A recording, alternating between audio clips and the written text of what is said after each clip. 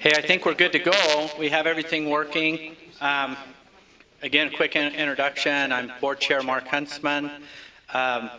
For safety reasons, well, first, I want to welcome you all here. For safety reasons, we have exits. Hopefully you're mindful of them coming in. We've got exits going out this way and back out this way. We have restrooms right outside this door.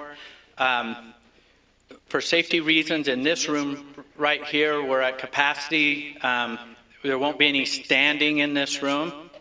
So if you need to find a seat, or we have an overflow behind this room that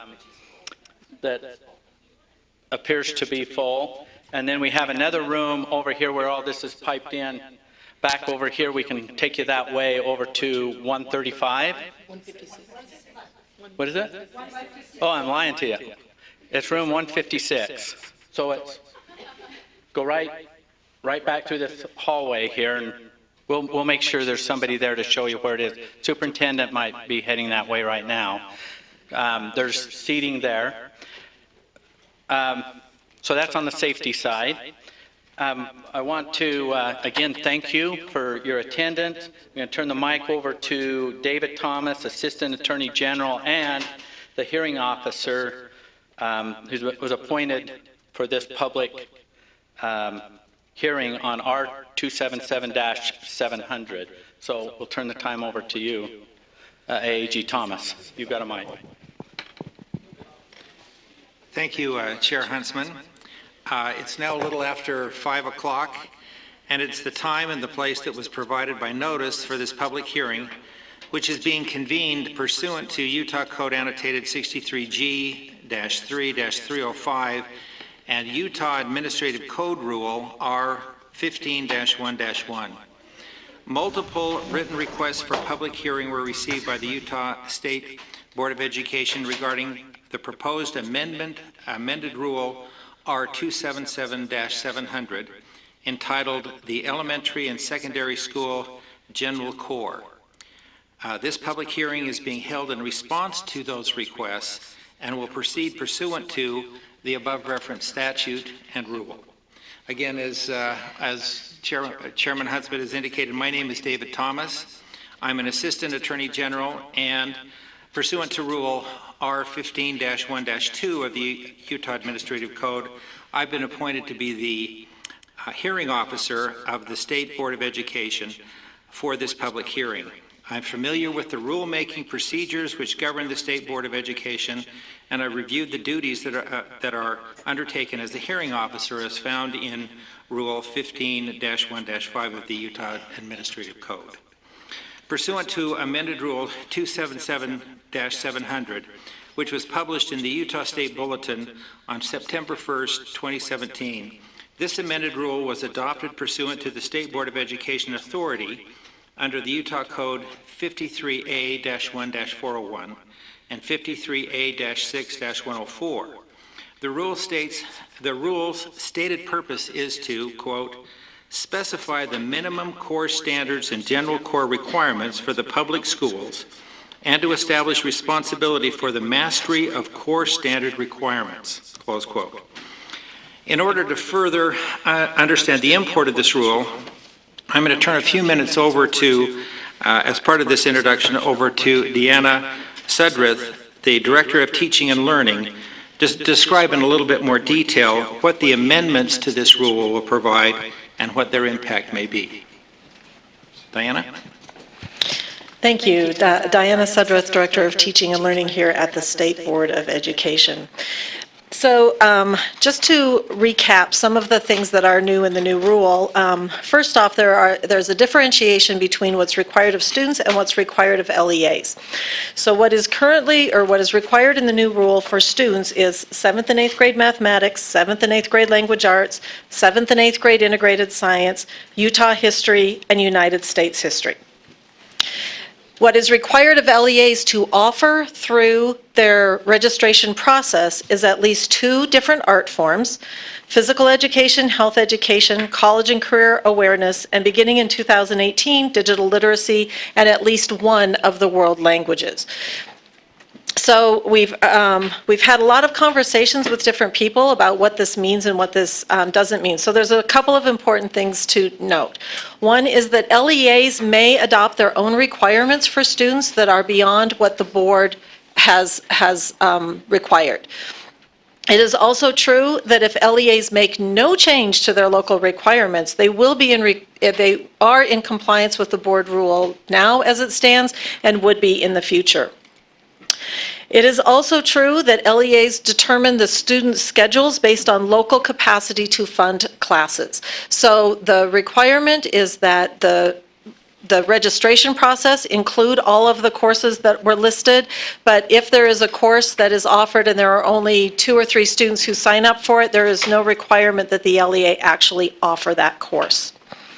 It is also true that if LEAs do not currently offer a world language, they must add it to their scheduled offerings in 2018, and then if they have a sufficient number of students who wish to take that course, they must offer it, and they can also pursue online options or other kinds of digital offerings. It's also important to notice what the rule does not do. It does not eliminate health and PE. You'll notice that those are still required for the board to offer, or for the LEA to offer. It does not eliminate the arts. Again, 2 art forms are required to be offered by the LEA in the registration process, and it does not give students free rein. It actually increases the capacity of parents to weigh in on their students' schedule, and then also for the schools then to devise a schedule that works for their students based on individual needs. Great, thank you. I really appreciate that. As to the rest of the hearing, let me outline a few things. Pursuant to rule, this hearing will last a minimum of 1 hour. If additional time for comment is necessary, I will either extend the hearing for as long as is reasonable, or I will continue to another date as circumstances dictate. Since one of my duties as a hearing officer is to make sure that the time for comment is appropriate and efficiently used, time limits for speakers have been established and will be reasonably enforced. To ensure an orderly process, the public hearing will proceed as follows. There is a list of those in attendance to sign if they are interested in providing a public comment at this hearing. Please sign this list if you wish to be heard, so that we will have a record of those who want to provide testimony. You will note that some of the attendants signed the list in advance of today's hearing. This was allowed pursuant to the hearing procedures that were included in the board's notice. For sake of order, I will begin with the names on that list and then work through the other lists, as, for example, the ones that were provided in the hall and also at the podium. To the extent possible, and to equitably balance out the dialogue in this hearing, speakers will alternate between supporters and opponents, and again, for the basic notion of fairness. Based on the time that has been set aside for this public hearing and the interest that had been shown in providing comment, we will ask those organizations that filed formal requests for hearings, and I understand that there are 5 of those, to go first, and that they will be given 10 minutes each to make their presentations. One of those 5 groups, a parent group, which filed a request for a hearing last Friday, has been included as a requester for this hearing, even though technically the 7-day minimum for holding a hearing pursuant to that request has not been fulfilled. I've included them with the idea that if they're willing to go forward and stipulate as to a waiver of the technicality as to the application of the 7-day time period, we'll certainly include them as a requester and let them participate pursuant to or with the other requesters. And if not, if that's not within their prerogatives, then we would go ahead and then strike them as a requester for this hearing. With the remaining time, individuals will be allowed 2 minutes apiece for comments. Also, to save time, if you are speaking on behalf of a recognized organization and your comments are a reflection of those members of the organization so as to obviate further comment from that group or organization, we'll allow those spokesmen 5 minutes to speak on behalf of those groups. Lorraine Austin, our board secretary, will be the official timekeeper and will alert speakers when their allotted time has expired. Since this public hearing is being recorded, it is requested that you speak only from the podium and that decorum be maintained for those in attendance. At the conclusion of this meeting, interested persons will have the opportunity to provide written comments. Written comments may be emailed to rule.comments@schools.utah.gov or mailed to Lorraine Austin, the Board Secretary, by close of business Tuesday, September 26th at 4 o'clock. At close of business. Finally, there will be a written record of this hearing, and this record will be prepared in accordance to Rule 15-1-5. Once this hearing is recorded, the hearing record is assembled, it will be provided to the State Board of Education members for their consideration and for their work in their board meetings. By rule, Angela Stallings, Associate Superintendent for Policy and Communications, here at my right, is the USBE staff member who is familiar with the rules at issue and who can respond to requests for information by those in attendance in accordance with Rule 15-1-4, paren B, close paren. I should note that concerns have been expressed and requests have been made that the hearing be held before the before the full State Board of Education. While the State Board of Education believes that discussion on this rule is of public interest, neither Utah Code 63G-3-302 nor the Administrative Code 15-1 appear to require the presence of the entire State Board of Education at a public hearing. Utah Administrative Code 15-1-5, paren 2 and paren 4 appear to be only require that the agency have a hearing officer and a representative, and that would be Angela, who is familiar with the rule at issue to be present at the hearing. That being said, I would note that there is a quorum of the State Board of Education present at this meeting who are present to listen to this public comment, but pursuant to rule, the board may not take any official action at this time. Finally, I note that, to quote from Rule 15-1-4, it indicates that this hearing is to be open, informal, orderly, and informative. It also admonishes that orderly and germane comments be invited. Based on those ground rules, and unless I hear any objection to these proceedings, I will invite the first speaker to come to the podium. The first group, these are the requesters. The first one I have is the Utah Education Association. If they'd like to come forward. Okay.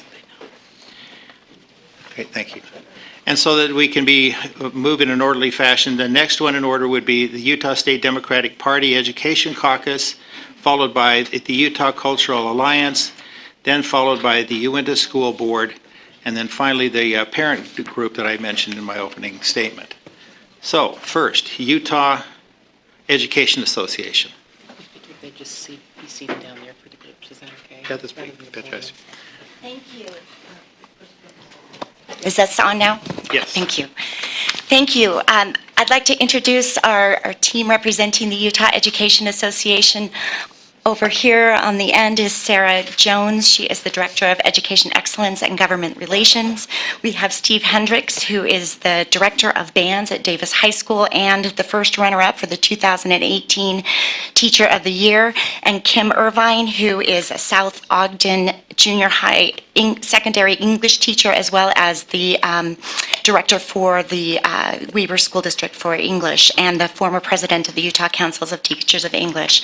My name's Heidi Matthews. I am a 27-year educator, 16 years in a junior high library, and the proud president of the Utah Education Association.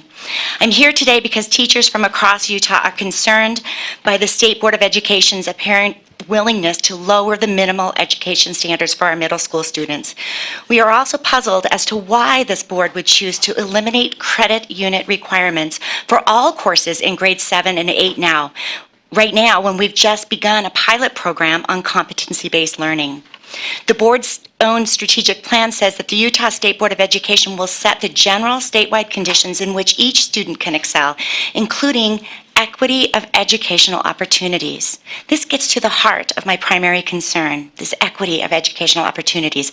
I have a very real fear that the students who are already experiencing the most challenges will be the ones most negatively impacted by this rule change.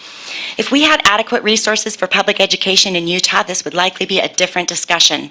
But many of our communities, especially small rural districts, simply do not have the funding to offer programs beyond the minimum set by the state. They just don't. Please don't misunderstand. We support local control. We stand by the rights of parents and communities to prioritize focus and resources in the school districts. We understand that under this rule, LEAs would have the local control to not change a thing. But think for a moment of the pressure for a school to drop the now optional art program, orchestra, or health class, not because they want to, but because their resources are so incredibly scarce and limited.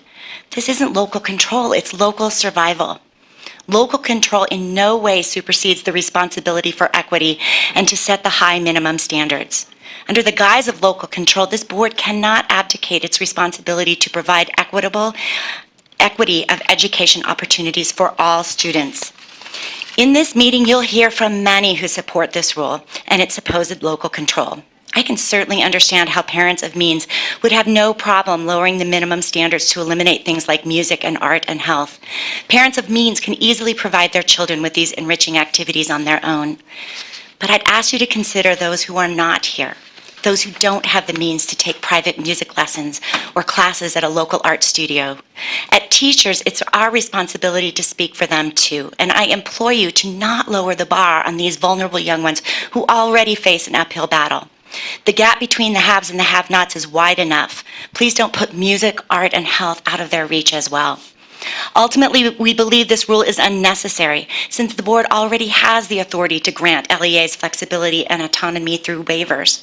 However, we are at this time simply requesting that the board delay implementation of this rule and reconsider its impact. Specifically, prior to implementation of any rule like this, the board should seek to clarify what constitutes mastery of a course completion under this rule, how elimination of credit units will impact overall student learning, how it was determined that music, art, health, and PE had less value than other subjects, and does the public agree? And if so, how will elimination of these requirements impact overall student learning, since so many subjects are interrelated? And finally, how this rule could impact classroom conditions that have led to our current teacher shortage. Until these issues are better understood, we ask for the board to vote to delay this rule. The State Board strategic plan states that the foundation of Utah public education system is to provide an opportunity for educational excellence for each Utah students. And as always, Utah teachers stand ready to support the State Board of Education in this effort. Sara? Thank you. Sara Jones with the Utah Education Association. With limited time, I would like to make just 2 points, primarily about process. First, the rule eliminates the requirement for courses like PE, health, and the arts. But where was the debate about each course? In other words, what criteria underlies your decision to require one course over another? Why did the board, for example, choose to value history as a state requirement, but not health or PE? The decision appears to be arbitrary. The board has a multi-step process to adopt course standards. The procedure is well-defined and requires multiple opportunities for review and revision of the standards, and requires opportunities for community input for a specific period of time. That process can take well over a year to adopt new course standards. By comparison, the decision to no longer require PE, health, or music was made quickly, with no real discussion about why some courses but not others would be required. When did the board debate the merits of each class that at some previous point the board had determined was vital to the intellectual, social, and emotional development of adolescents? And what was the basis for making those courses optional? Secondly, as was previously stated, it's surprising that this rule was passed before the completion of the board's current pilot to develop a framework for competency-based education to be implemented in 2018-19. This is the exact opposite process the board followed to develop a master plan for digital teaching and learning first, and then award grants to LEAs based on clear and consistent guidelines for best practices. That's an appropriate process. Identify best practices, develop guardrails to ensure student learning is not hindered and is enhanced, then move to allow districts to implement competency-based elements for their communities if it's the right fit and if they choose to do so. That is the balance that must be maintained between state oversight and local control. Local control does not eliminate the state board's obligation to ensure that every child has equitable access to a quality education. It is the very role of the state board to create the standards and the guardrails necessary to balance state requirements with local control. But this rule does not establish any such guardrails. Finally, what is the board trying to accomplish with this change, and how will the board determine that anything improved as a result of this change? Will it increase student motivation, satisfaction, or engagement in coursework? Will this increase student achievement, promotion from grade 8 to grade 9, or graduation rates? Will student access to a well-rounded curriculum be reduced? The rule fails to set any expectation to measure the impact of the changes you're making, and the rule references no best practices or standards for local implementation of competency-based education. So again, we ask that the rule should be delayed until you complete your pilot in the spring, and until the board clarifies this decision about education standards and required courses and involves the community and education stakeholders in that discussion about required courses and standards. Thank you. Mr. Thomas, as you know, the Utah Education Association has raised some concerns and objections to the limitations placed of time placed on this hearing this evening. And as the UEA represents over 18,000 educators in the state, I respectfully request an additional 5 minutes for our representative teachers here to speak on behalf of the organization. Okay, I think that's fine. Go ahead. Thank you very much. I'm Stephen Hendricks. I'm the band director at Davis High School. I've been the band director there for 28 years and am a 30-year music educator. I am also instructed to tell you that I am the current state runner-up for the Utah Teacher of the Year. They told me Yes, I had he to say was. that. We're proud. I am blessed to work in a wonderful community that loves and supports arts education. I'm also blessed to have some of the finest music educators working their tails off in the junior highs. Their work is a huge reason why the Davis High Band has experienced the high degree of success over the past 3 decades, and why I feel it is important to address this issue both for myself and on their behalf. Now, I thought I understood the reason when I first heard about these changes, and at first glance thought this is kind of a cool thing. Maybe there's going to be more things opened up for people who are feeling bottlenecked and not able to take as many arts classes as they want, because now it's kind of wide open. But the more I thought about it, I realized that first glance, that initial take, was not nearly as appealing as it first appeared. When these classes aren't required, it sends a very clear signal to parents and to LEAs that it's not important. I feel like we're devaluing these classes and telling people that they can pick and choose and go around wherever they want to. We don't want to devalue the arts. We don't want to devalue physical education. We don't want to devalue any of these subjects that are so important. My second point is what happens when we say to these children in 7th grade, who really don't know what they're doing, they're just doing what their friend is doing, that they don't have to take any of these classes. And without parental support there to steer them in the right direction, my pipeline is gone. I would assume, I'm just venturing, that about 95%, maybe even higher, of students start their band experience in 7th grade. Some in 6th grade in the middle schools.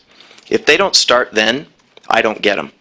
They don't make their way up through the pipeline, and then you don't get to see wonderful things like the Westlake High School Marching Band and the Rose Parade, or the Davis High Marching Band and the Macy's Parade, because we don't have those kids.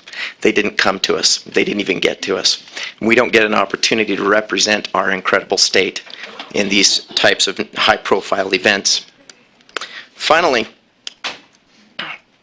I want to say that removing these courses, or not, well, not removing them, I understand that that's not the point, but not making them required puts our at-risk kids into a situation where they can be now placed in remediation, and all of a sudden those courses are going to be replaced by another math class or another English class. And we're overloading these kids. It's time for us to understand that going out and running around for a while is important to a 7th grader. That going into a music classroom and getting that chance, that moment, I call it the moment for my kids.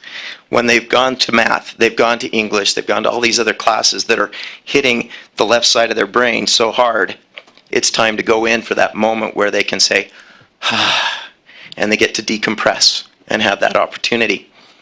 I wonder if our less advantaged kids are going to get that opportunity, because I really feel like what's going to happen is that they're going to be shoved into remedial classes and they're not going to get that opportunity. And then music and the arts is going to become an elitist thing, only for the rich people or for the parents who are more invested in the education of their students. Thank you. My name's Kim Irvine, and I have a master's degree in curriculum design and assessment, and I used to be the... Whoa, I thought that was fun. It was really a hard degree, you guys. I've been teaching for 18 years, and when I say that, I usually introduce myself and say I spend my days with 8th graders on purpose. And I do that because they haven't decided yet. High school students are jaded and a lot bigger and a lot scarier. But with 8th graders, they literally haven't decided who they are yet. And that's the point. We don't sit down and say to an 8th grader, would you like to learn to read? Because we know the benefits of reading. We know how that's going to affect their lives. 7th and 8th graders don't. They don't understand how music, art, drama, dance, and health are going to affect their lives. And so I want that decision made by you guys, not by them. The New York Times quoted Psychology Today, and they said that students that live in poverty by age 3 hear 30 million fewer words than children who don't. The Trib said that we have 35% of our students living in poverty. 35%. Each one of these electives opens up a whole new world, a world of vocabulary, a world of experiences, a world that some of them never actually get to authentically touch, but they can viscerally through a teacher. And it sets many of these students on career paths that we don't even know at this point. One thing that I wanted to talk about also is there's a lot of research, and I've got this here, and I'll leave this for you or send it in later. This is an article that talks about 20 benefits, academic benefits of music. This talks about academic benefits of art that help our students succeed. And this is from the CDC, and since 1970, the obesity rate in junior highs has tripled, 300%. We need our kids in health, and we need our kids in gym. This quote I've morphed just a little bit to end with because I really feel like this kind of sums everything up. Electives have the role in education of helping children become more like themselves instead of becoming like everybody else. Thank you. If you'd pass those documents that you referred to up, we'd be glad to receive those. Great. Thank you. Okay, the Utah State Democratic Party Education Caucus, please.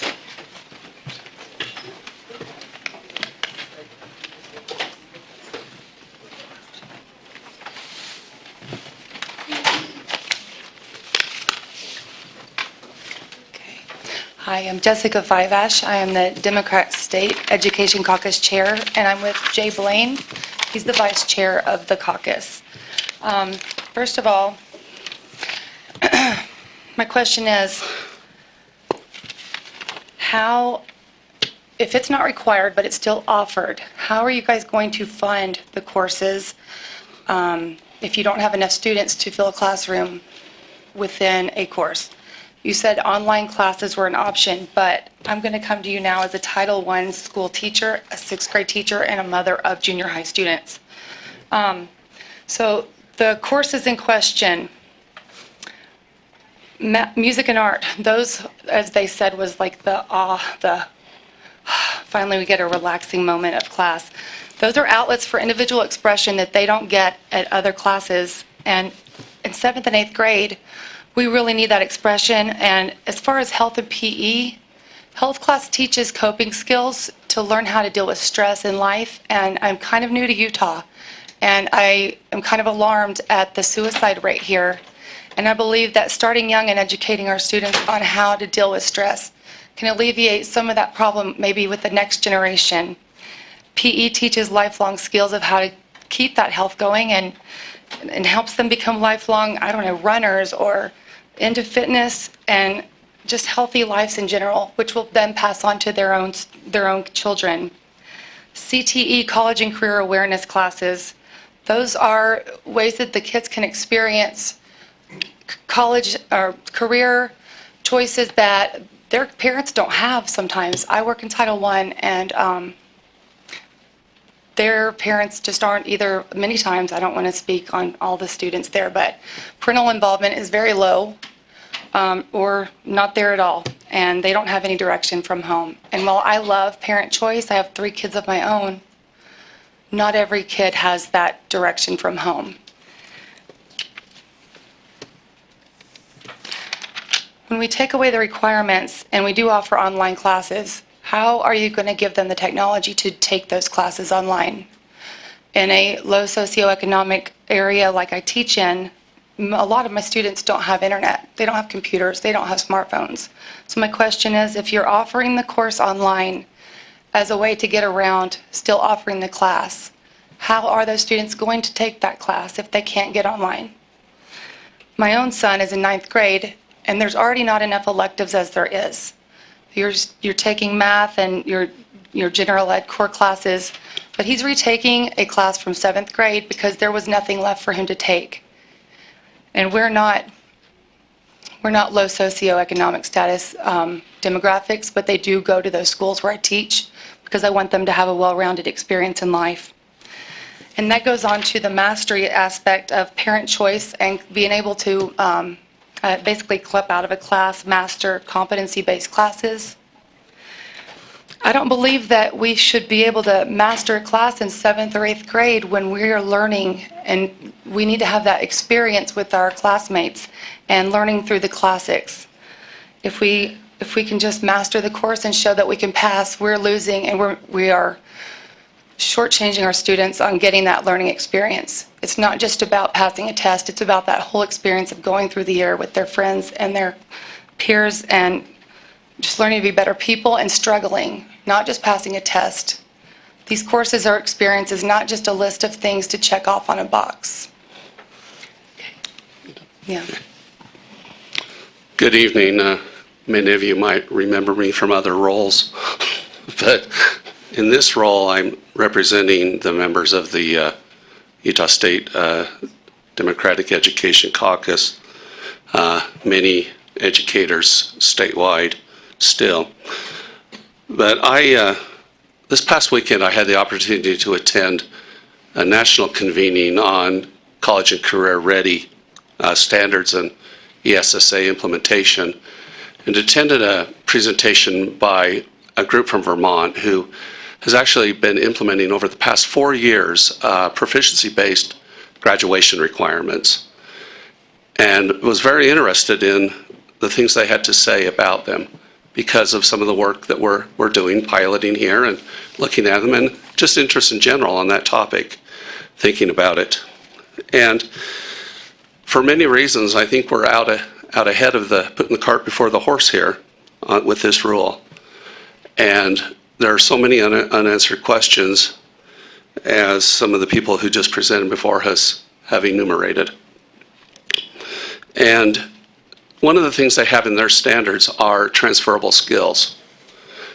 And if you just take a test and exempt yourself out of a class, or do part of a course and don't go through it, I think you're missing out on some of those transferable skills. You may understand the standards, or you may understand the concepts, but there's a lot of transferable skills in there in another previous life, I was a math teacher and enjoyed that immensely. And conveying and working with students to acquire mathematical knowledge and a lot of transferable skills in the process. Now, some of those students could have taken the test before that course even started and said, I know all this stuff. But then we worked on how are we going to use this stuff? And some of them were very bright students. They completed AP Calculus as juniors. And then I was teaching them statistics.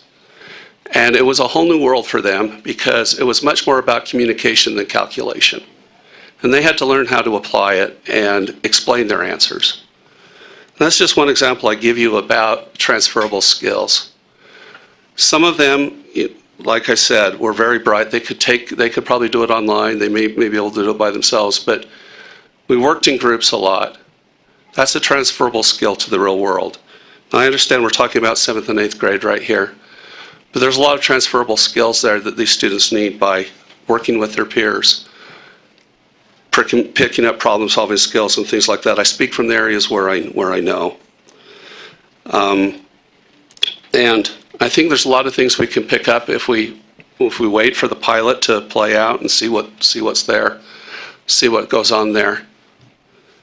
The ability for LEAs to decide this, we have well over 100 LEAs in our state now. There's a lot of different abilities on local boards out there.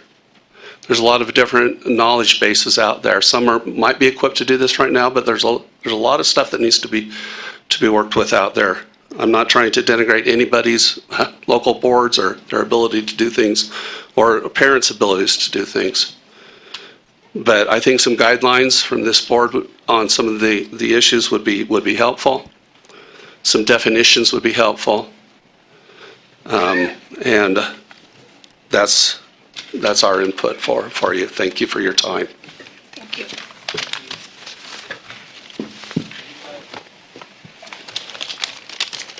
Thank you. Utah Cultural Alliance, That's me. thank you. I have some, should I push this button? There we go. Thank you. I have some students coming in as well. My name is Crystal Young Otterstrim, and I'm the Executive Director of Utah Cultural Alliance. Utah Cultural Alliance is the advocacy voice of Utah's arts, arts, humanities, and cultural businesses. We come today on behalf of our sector and on behalf of our state's children, some of who are here. Today we bring you a petition of over 3,500 signatures of Utahns who raise their voices with ours.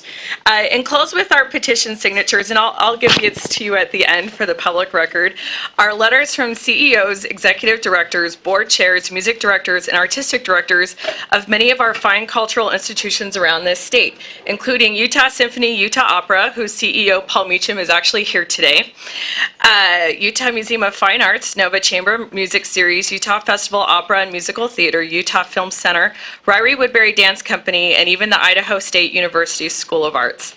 And as the signers of this petition, we are parents, voters, and Utahns who care about the success of our state's children. And we know that a well-rounded education is vital for their future. So as your constituents, we ask you to reverse your August 4th decision, or at least delay it as UEA requested, to remove the middle school credit requirement for health, arts, and physical education. The benefits to children of a well-rounded education that includes arts, health, and PE are many, and it contributes to the board's imperative to provide quality learning to Utah's students.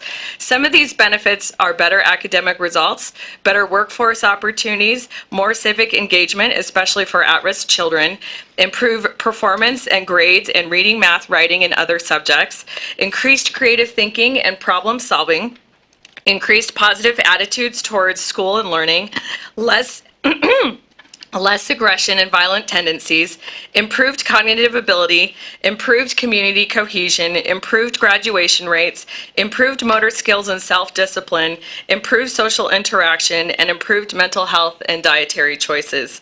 Eliminating the credit requirement for arts, health, and physical education suggests that state standards and oversights for these vital programs could disappear.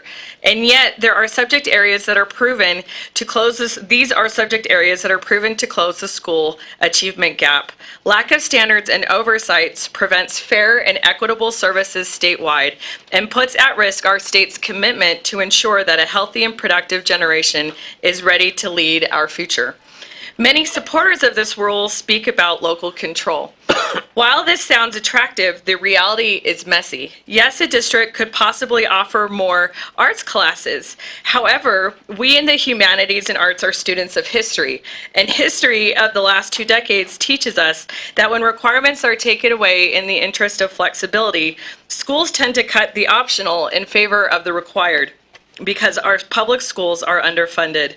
We think that most Utahns agree with us that a well-rounded education benefits all children for the reasons I've listed above.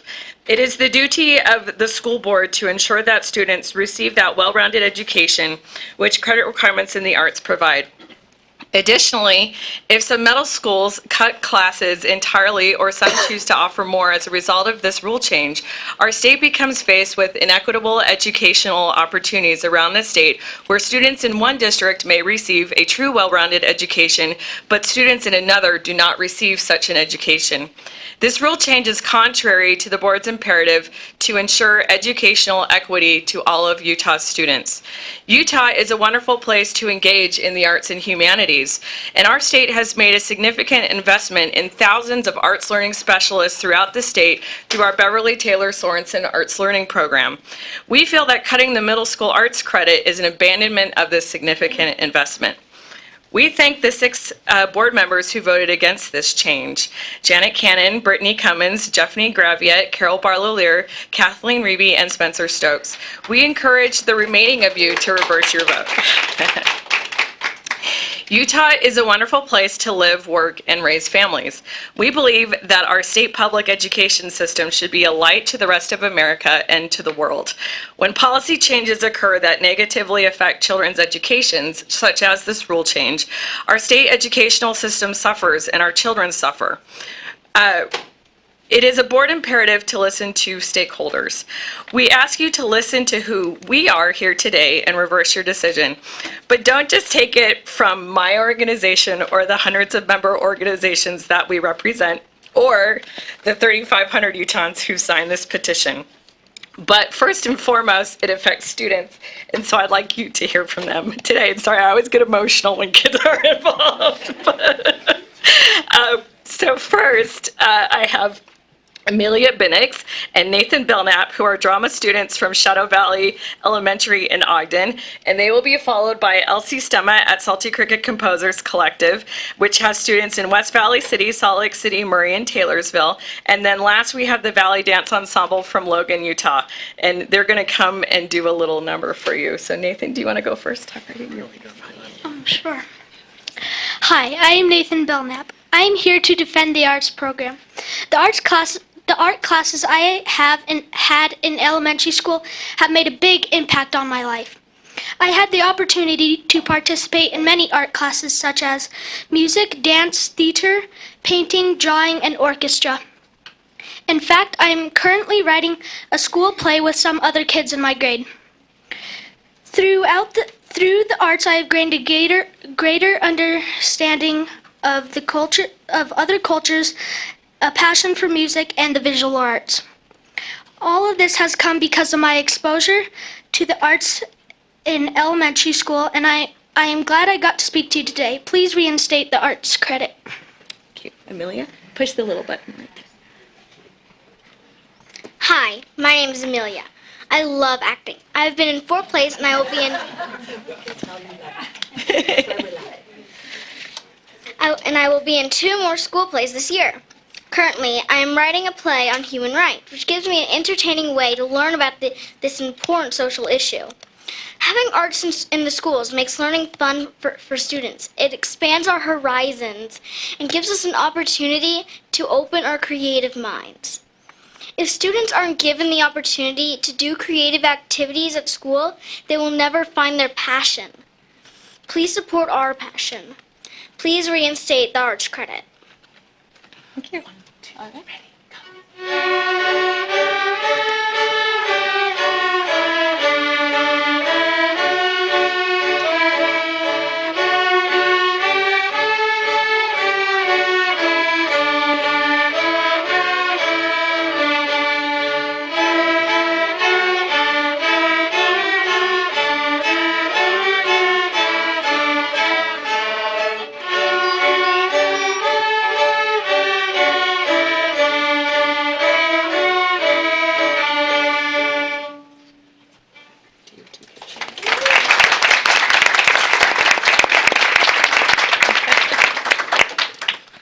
Hello, my name is Eduardo Chihiro. I am from West Valley City, and I go to Westlake STEM Junior High. And I really would like to keep the PE and arts program because it helps. It has helped me really a lot in school. All right. And now our Valley Dance Ensemble from Logan. You guys want to come in? They're going to come dance here in the middle. Can we move a table so they can move in maybe? Squish here. Oh, thank you.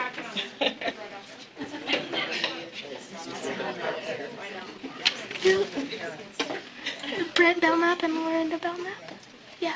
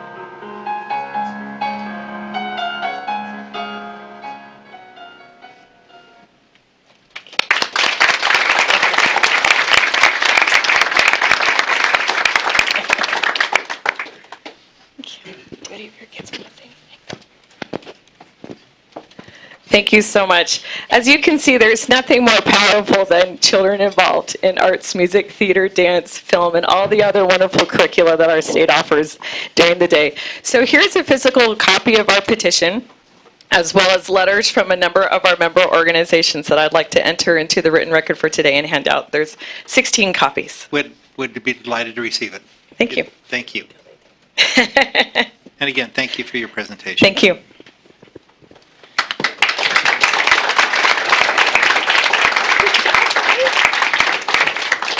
Uintah School Board.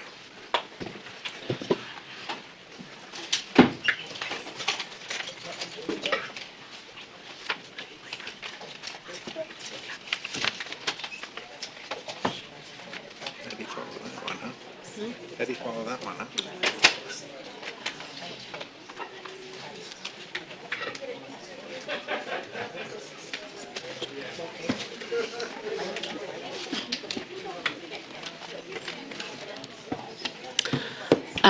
Thank you for accepting our request for a hearing. My name is Risha Bartlett. I am a member of the Uintah School Board.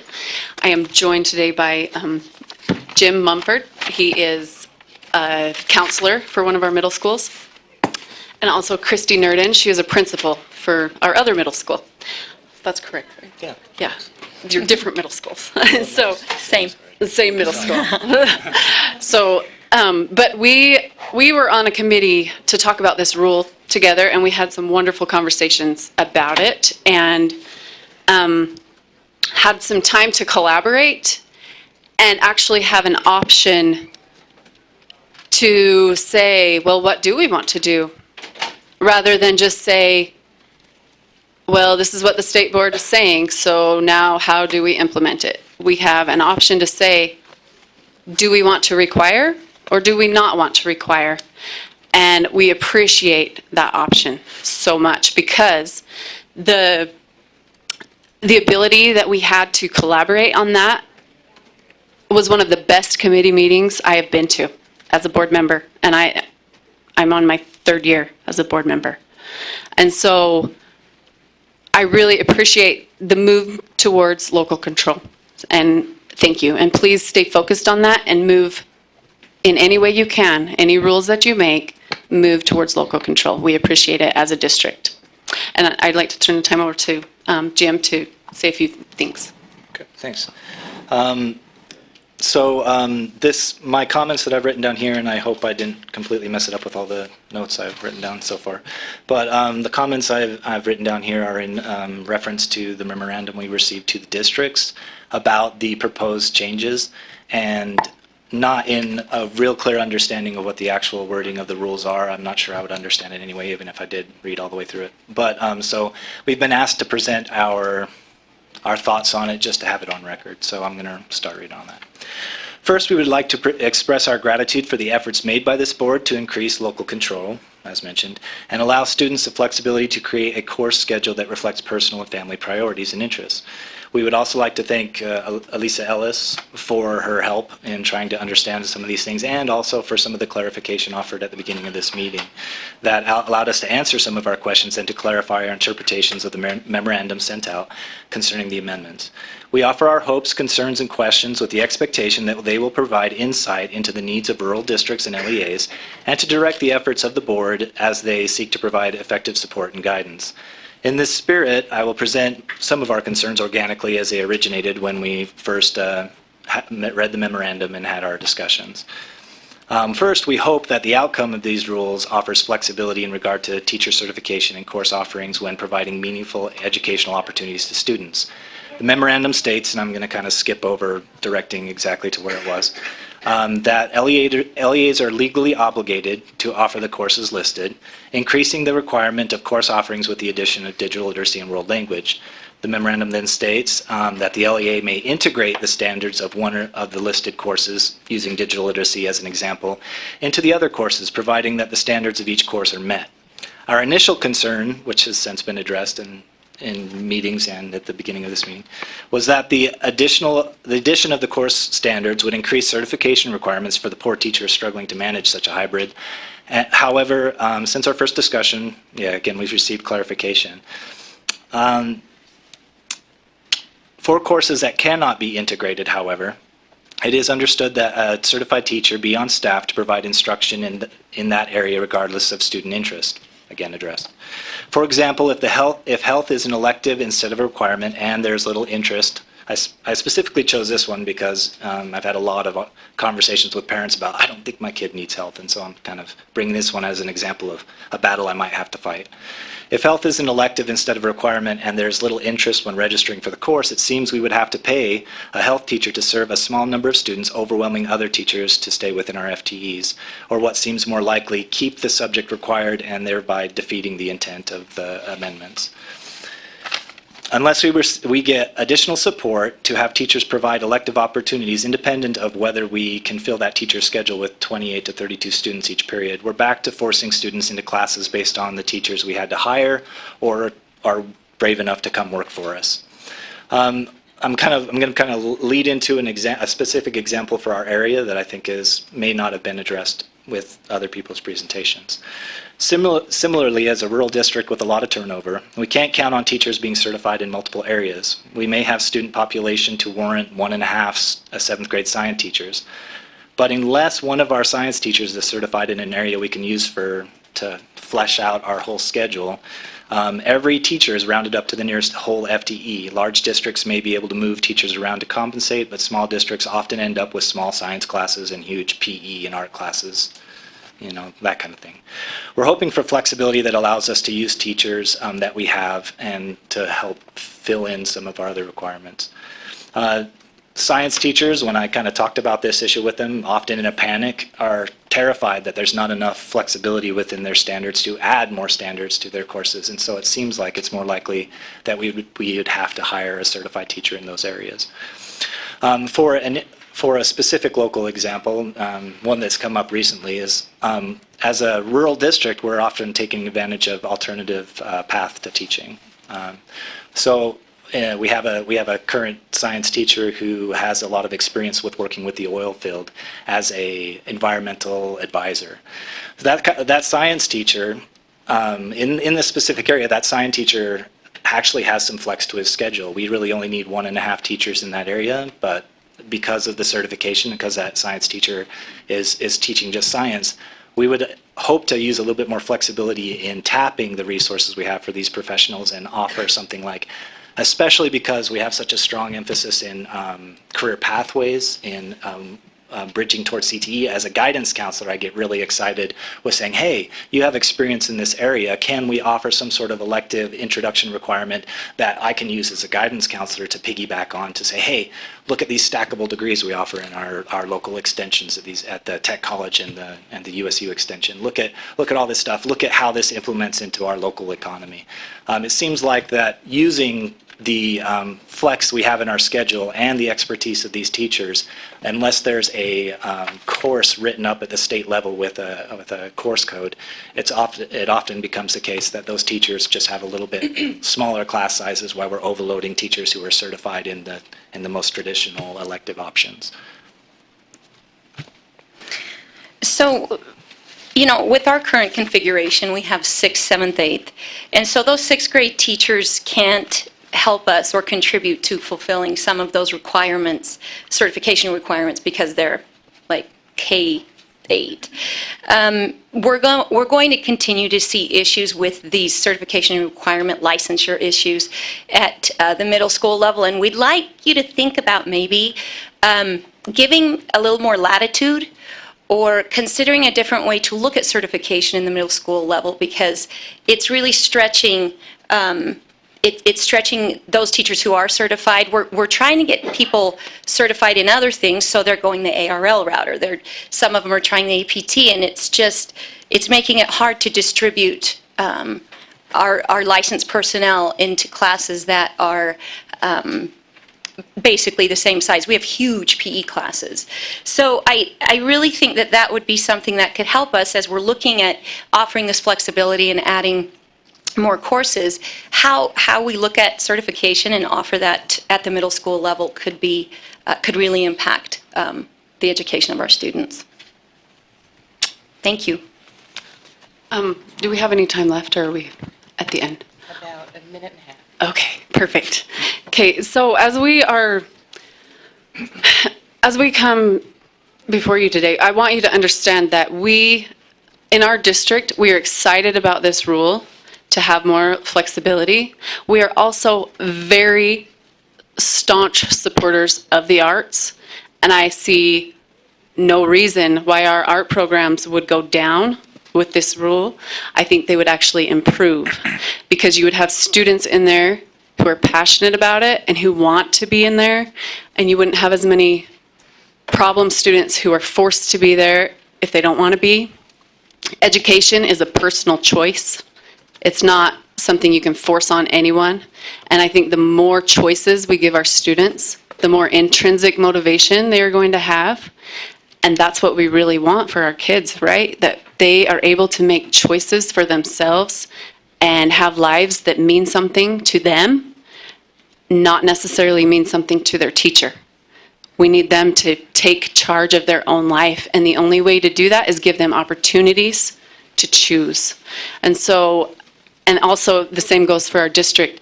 We are excited about having this flexibility to be able to have the conversation at our district level and say, we have an option here.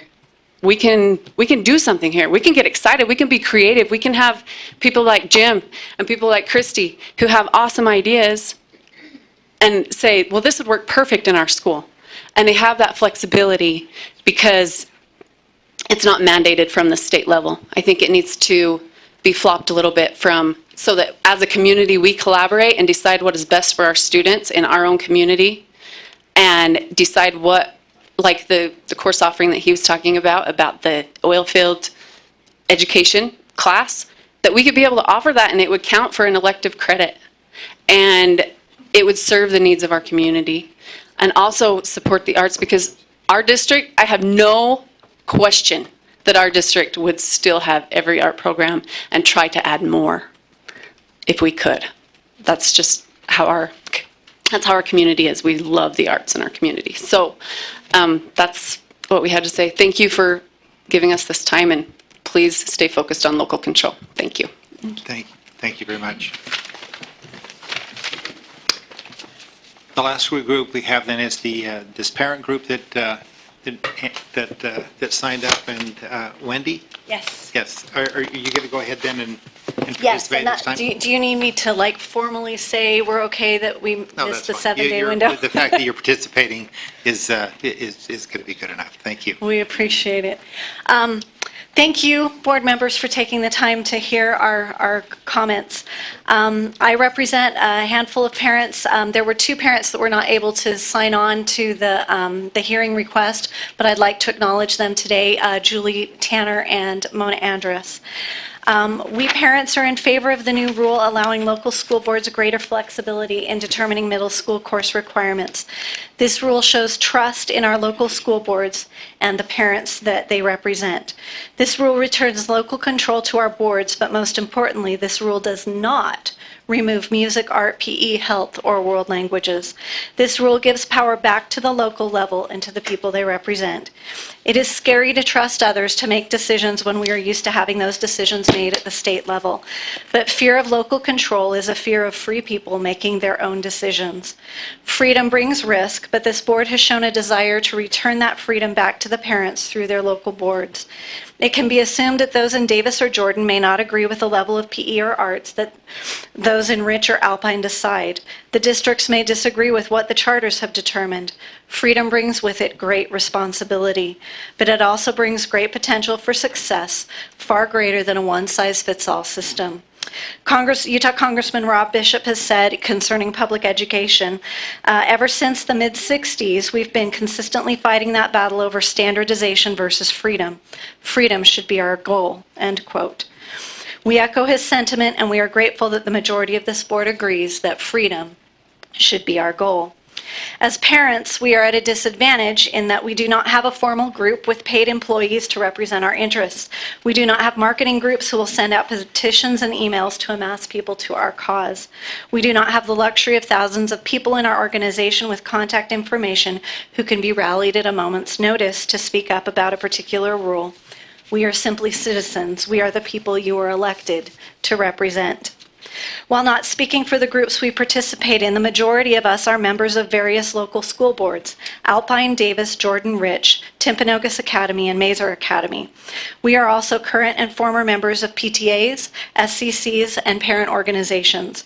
We are accountants, teachers, programmers, designers, musicians, and social workers. But more importantly, we are parents, and we know our individual children better than anyone. Those of us who are local board members are excited for the trust we have been given. We love the arts. We appreciate PE. We think CTE courses, health, and world languages are extremely beneficial. We thrill at the thought of education being for the benefit and improvement of each and every individual child. We are not motivated to change the middle school course requirements much, if at all, from what the state has had these many years. But we support this rule change because it allows us to legally make exceptions for those individual students who need them. While this may appear to be a theoretical discussion, the impact of this policy is taking place around us as we speak. Here are some examples. Emma has severe food allergies. She was required to take a CTE class that included a foods course, putting her in medical danger. Taylor is a child in foster care who was abused and is traumatized every time that he goes into PE in the locker room to change. Brandon has ADHD. He needs to take a PE class every day to do well in his academic classes. Taking 2 PE classes makes it harder to have open class periods for other electives of interest.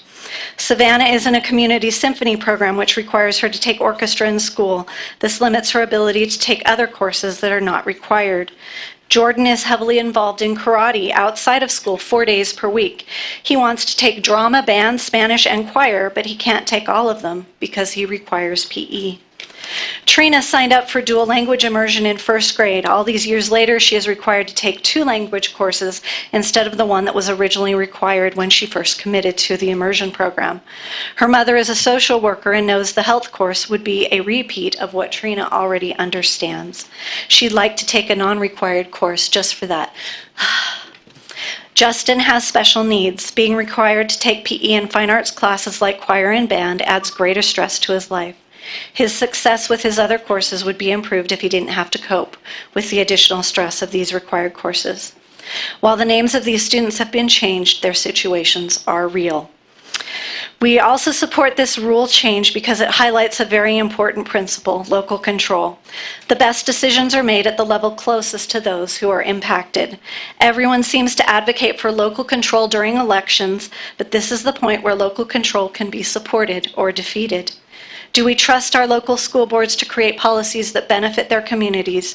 Do we trust the parents of our students to decide for each individual child what is in their best interests? Or do we want to give up that responsibility and as local board members tell parents, we're sorry, there's nothing we can do to help? We wonder why parents aren't as involved, and this is in part why. Sure, they can volunteer for the Valentine's party in their classroom, but when it comes to deciding what courses their children need and what that child should focus on, do we defer to others far away from that child? Do we not believe individual parents can and should have the option of working this out at the local level? State law acknowledges this fundamental truth. Parents are primarily responsible for the education of their own children. They are the experts of their children, and it is up to those of us on local school boards to represent them and to allow them the necessary flexibility in this area. While there may be ways via IEPs and 504s to individualize requirements, why can we not simply support, as local school boards, a well-rounded set of experiences? But when that doesn't apply, let us trust those parents who need exceptions for their kids to simply ask for them. Why are we so afraid to trust the people who know their children the best, the parents? Thomas Jefferson stated in 1816, quote, "The way to have good and safe government is not to trust it all to one, but to divide it among the many, distributing to everyone exactly the functions he is competent to," end quote. Trust us. Allow us as local board members and parents to make the determination for those children who will not be as successful, being forced to fit into a predetermined box. For many kids, the range of experiences we currently have will be beneficial and helpful, but for those who will experience negative consequences, we should be wanting and willing to allow that level of flexibility. We ask for your trust. Trust that we will defend and protect the variety that currently exists: physical education, fine arts, health, world languages. Trust also that we will allow individual parents and guardians to make the call to aid their individual children with special needs, with specific challenges, with greater gifts in need of additional focus, those with individual concerns. We either trust parents and want to empower them through their local boards, or we don't. This rule change gives us back that trust. Let us not be afraid of freedom. Thank you for trusting us. Thank you very much. We're now going to move to the public comment, the individual public comment period, but to do so we need to gather the sign-up sheets and make sure that we are on track there. I know I've had a couple of requests that there are some students who wanted to try to testify and that they need to have priority so that they can get home. We'll see what we can do as far as accommodating that. But we'll take about a 5-minute break and then we'll start up again. Thank you.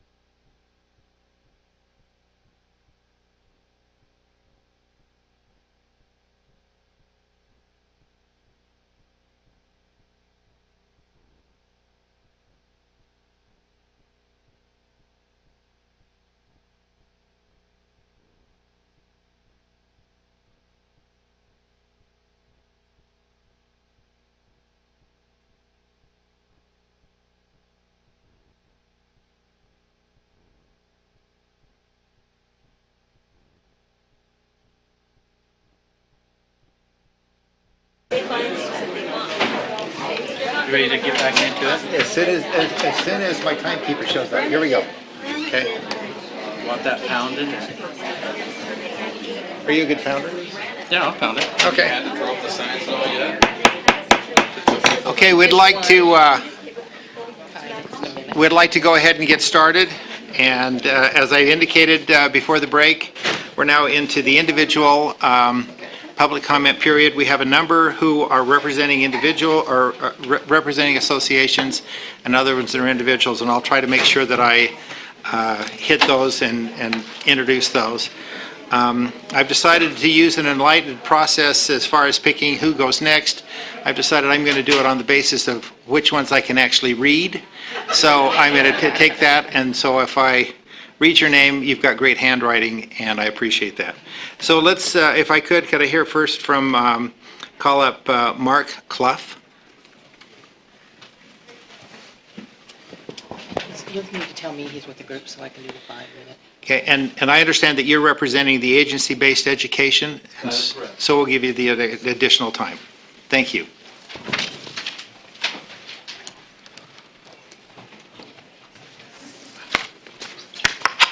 Thank you. Please go ahead.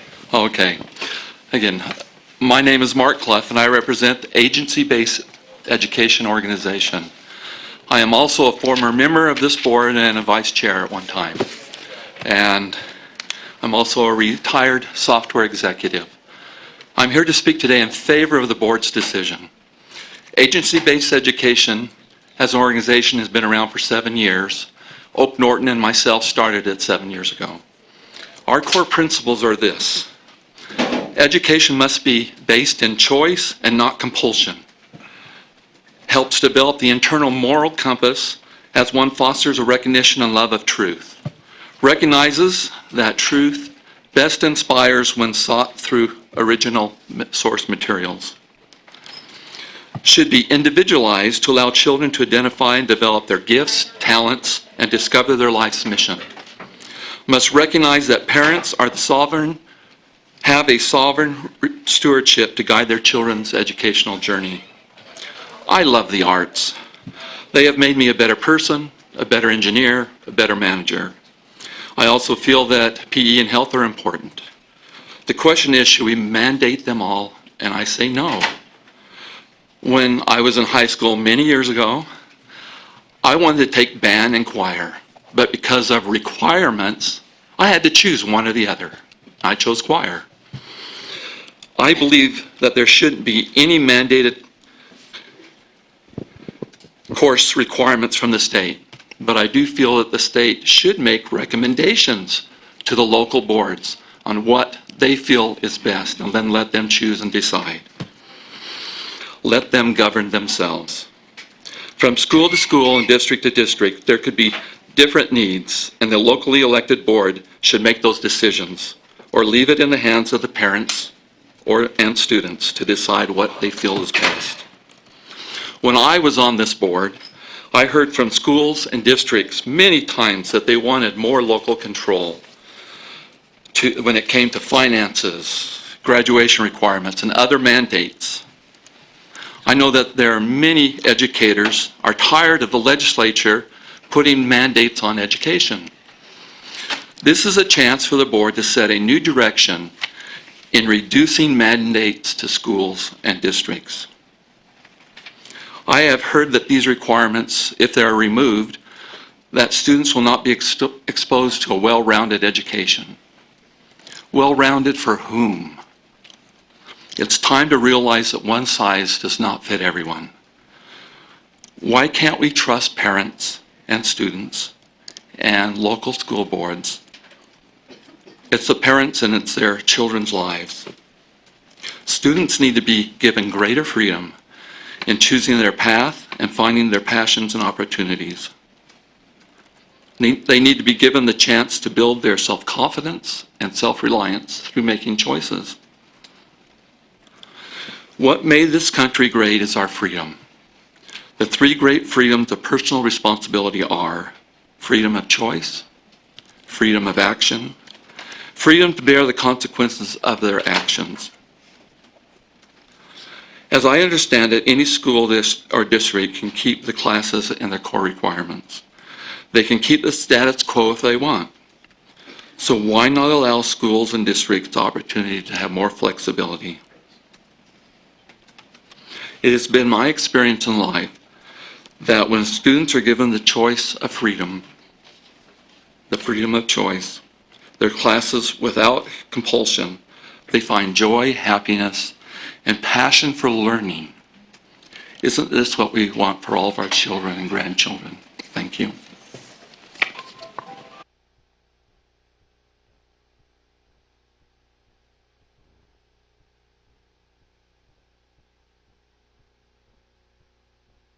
I'm so sorry, thank you.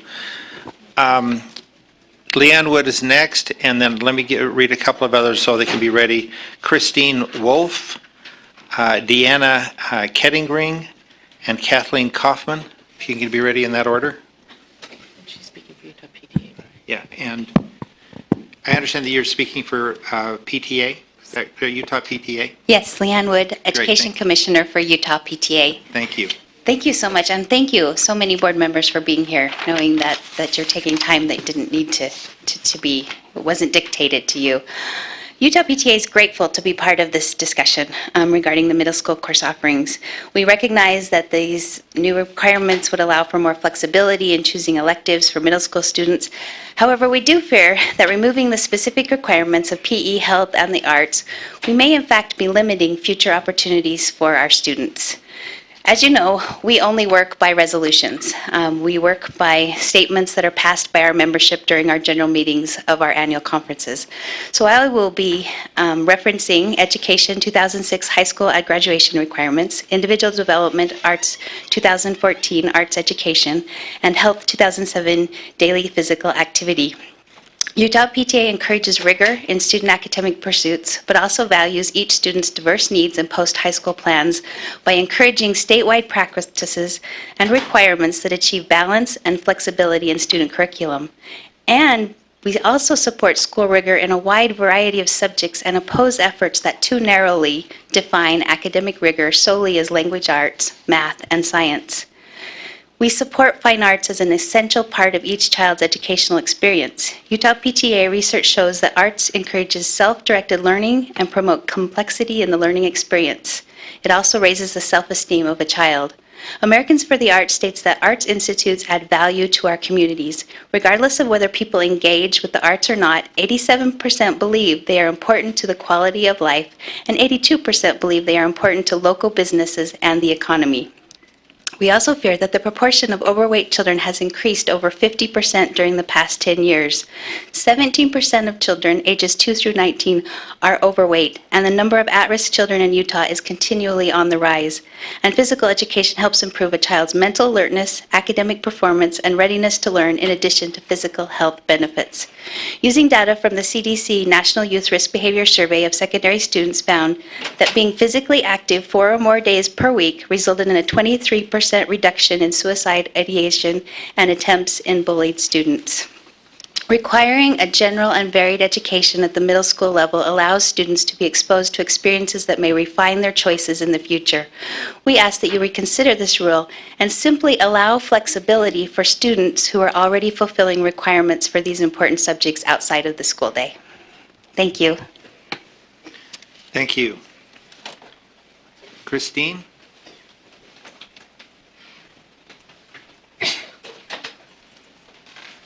And I understand that you're speaking on behalf of Utah Music Educators Association, is that correct? I am. Thank you. Thank you again for being here. My name is Christine Wolf, and I'm the Music Education Advocacy Chair for the state of Utah. I'm also a junior high band director, and my husband is a junior high band director, and we have 4 children who have been in public school. So I come to you both professionally for my organization, but as a parent and as someone who deals day in and day out with junior high students and beginning band, and I left a rehearsal to come here to speak with you today.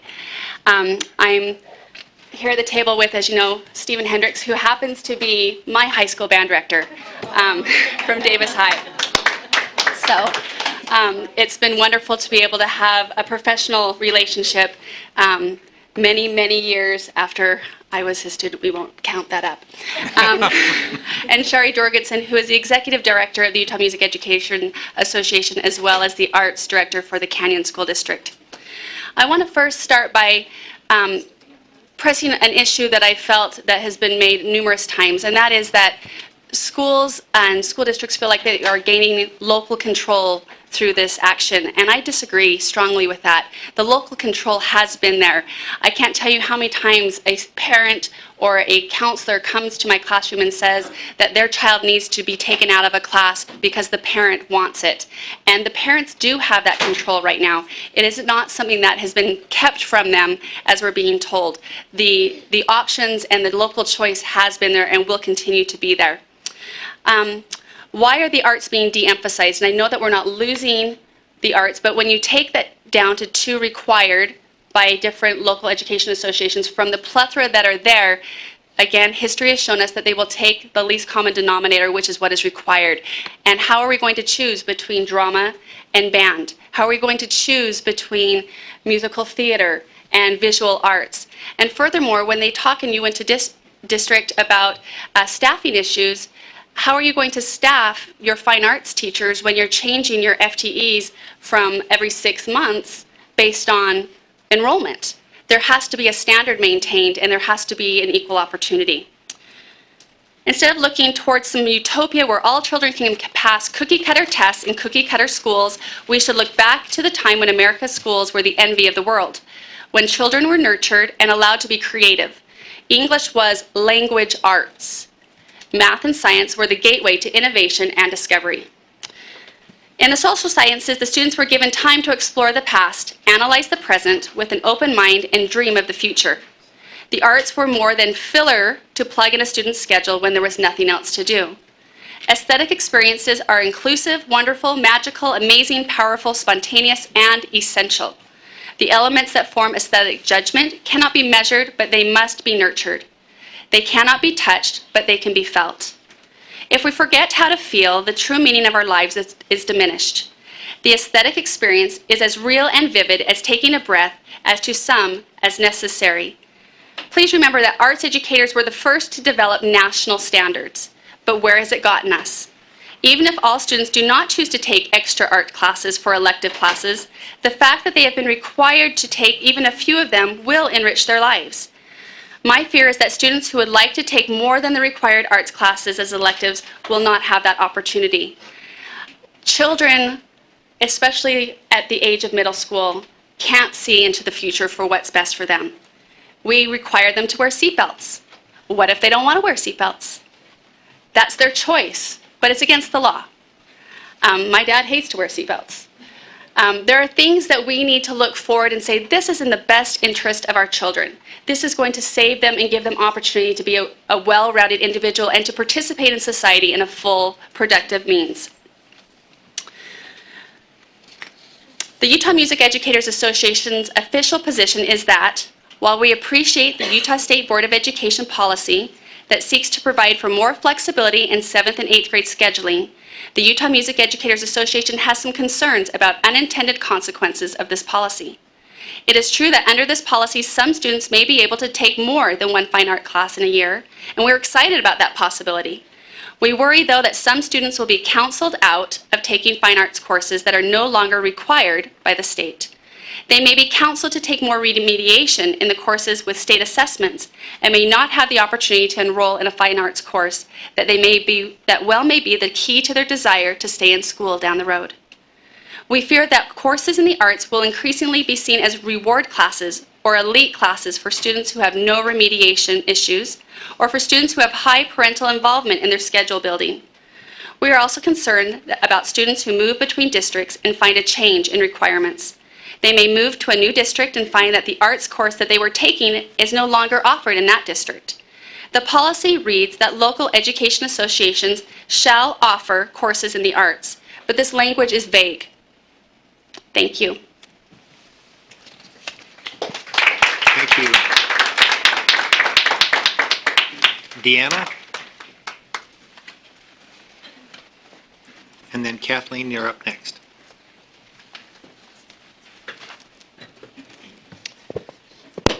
Hi. My name is Deanne Kettering, and I am speaking in behalf of Utah Action for Healthy Kids. Our mission is to mobilize school professionals, families, and communities to take action that leads to healthy eating, physical activity, and healthier schools where kids thrive. We are in favor of policies that promote healthy behaviors and academic achievement in school settings. We feel the new ruling is not meeting these critical needs, as it sends the message that PE, health, and arts education is not required and not as important as other subjects. According to the CDC, there is a clear evidence of how physical activity is tied to education. Taken straight from their brochure, students who are physically active tend to have better grades, school attendance, cognitive performance, and classroom behaviors. Higher physical activity and physical fitness levels are associated with improved cognitive performance among students. More participation in physical education class has been associated with better grades, standardized test scores, and classroom behavior. And increased time spent for physical education does not negatively affect students' academic achievement. There was also a report entitled Health-Related Behaviors and Academic Achievement in High School Students published in the United States in 2015. I will read from this report, quote, "Studies conclude that less engagement in health risk behaviors among persons aged 10 to 18 years leads to higher achievement later in life, and that earlier academic achievement during the same period leads to less health risk behaviors later in life. Education is commonly viewed as an important social determinant of health, leading some health professionals to measure and target education-related outcomes in health-focused programming. Conversely, some educational researchers have advocated addressing health risk behaviors and related disparities as a key approach to closing academic achievement gaps among youth." It goes on to say that school health interventions can promote positive health behaviors by offering students opportunities to practice healthy behaviors. 2, increase student knowledge and skills through school nutrition programs and services, physical education, and comprehensive health education. 3, enhancing protective factors such as school connectedness or parent engagement. And 4, shaping school health services and environments more broadly. For such a crucial topic for all children, health is currently only offered a total of 2 semesters for all of our secondary education students. All mental health, nutrition, substance abuse prevention, safety, including CPR, disease prevention, healthy relationships is covered in 1 semester 2 times between the ages of 12 to 18. This ruling potentially takes away one of those 2 semesters, leaving only 1 class to teach these vital concepts. We only have a brief window of opportunity to teach our children these lessons, and that can lead to a healthy life, and we cannot afford to waste that opportunity. Recently, the board heard about the widespread problem of suicide among our teens in Utah. The very classes that could help the mental health of our children are no longer required. Health education, physical and mental, is crucial for our children. To help with prevention, we cannot wait until they are in high school. That is too late. We must start when they are younger. Action for Healthy Kids would ask the board to please reconsider their ruling and make sure all of our middle school children have the opportunity and are required to take health, physical education, and an arts, all of which are essential in developing the whole person. Thank you.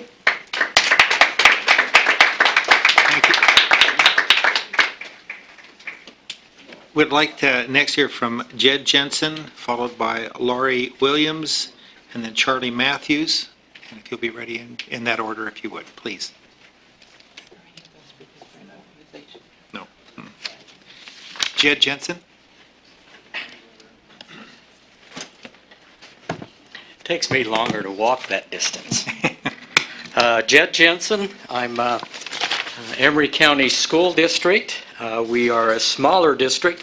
We have 6 elementary schools and 4 secondary schools. All four of our secondary schools are necessarily existing small schools, and 2 of our elementaries. Last year, we went from a 7-9 configuration in most of our district. One of our schools we did not, or area schools, but we moved the 9th graders to the high school, and we also moved our 6th graders to the middle school.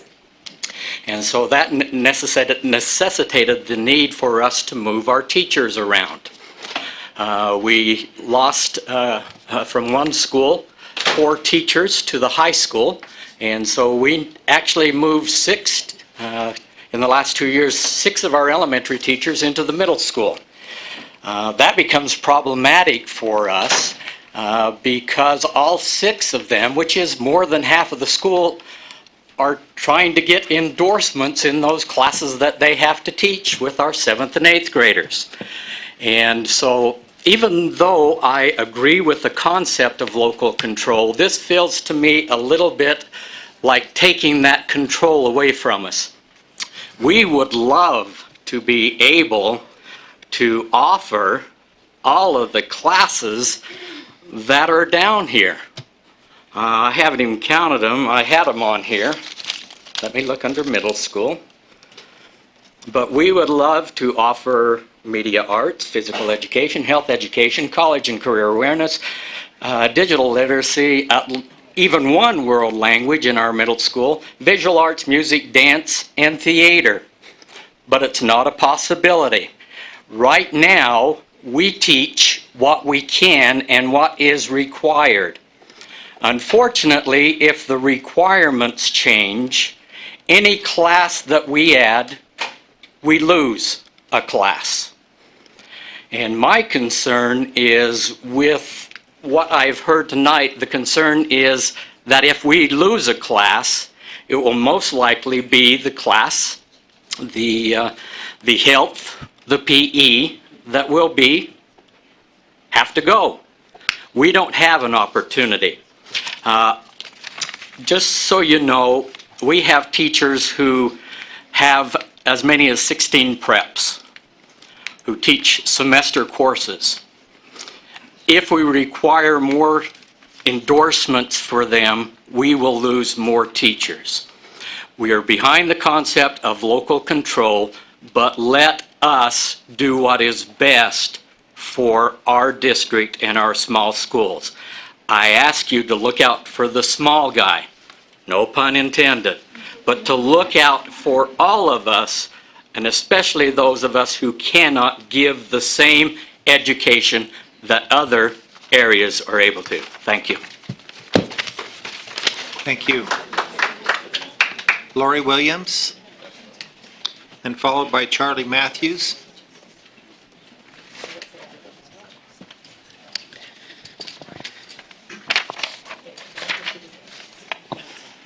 Are you sure? Okay.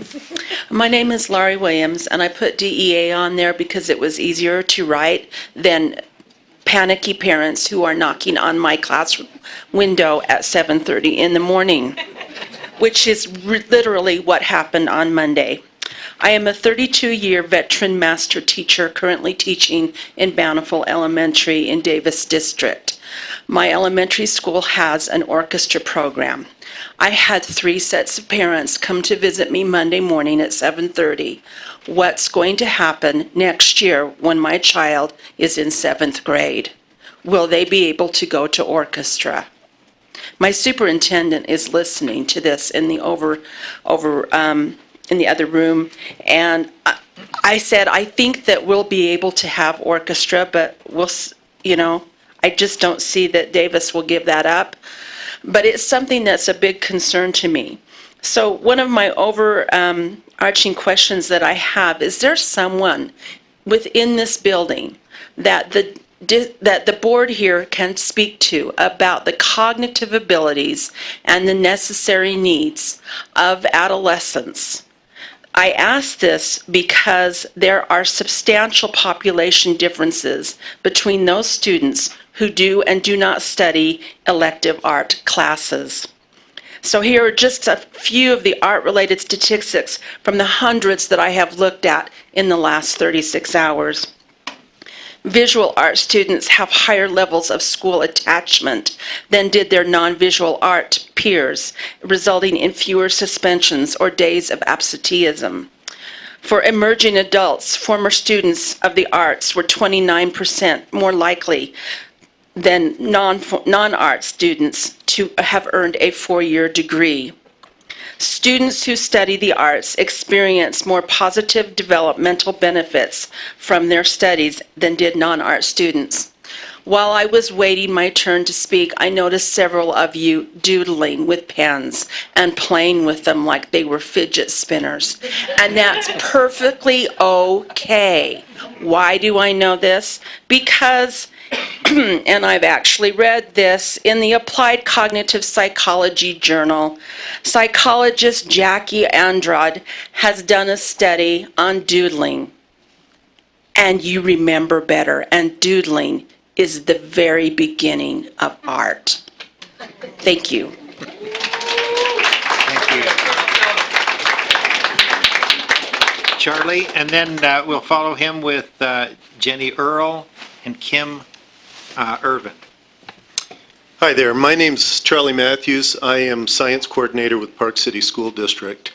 And my job has become very exciting and very adventuresome, and it's thanks to you. By signing and ratifying and putting that stamp that's up there on the new science standards for grades 6 through 8. What's really exciting about it is, and I'm going to address two areas that are involved in this rule that you're considering. First of all, this new science standards, very different than past. What's really exciting about it is there's a content area, but equally important to that is practices. Jay Blaine laid out what he called transferable skills. It's exactly what's laid out in that document, that we need to get our kids engaged in different activities that will build them as critical thinkers, investigative learners, etc.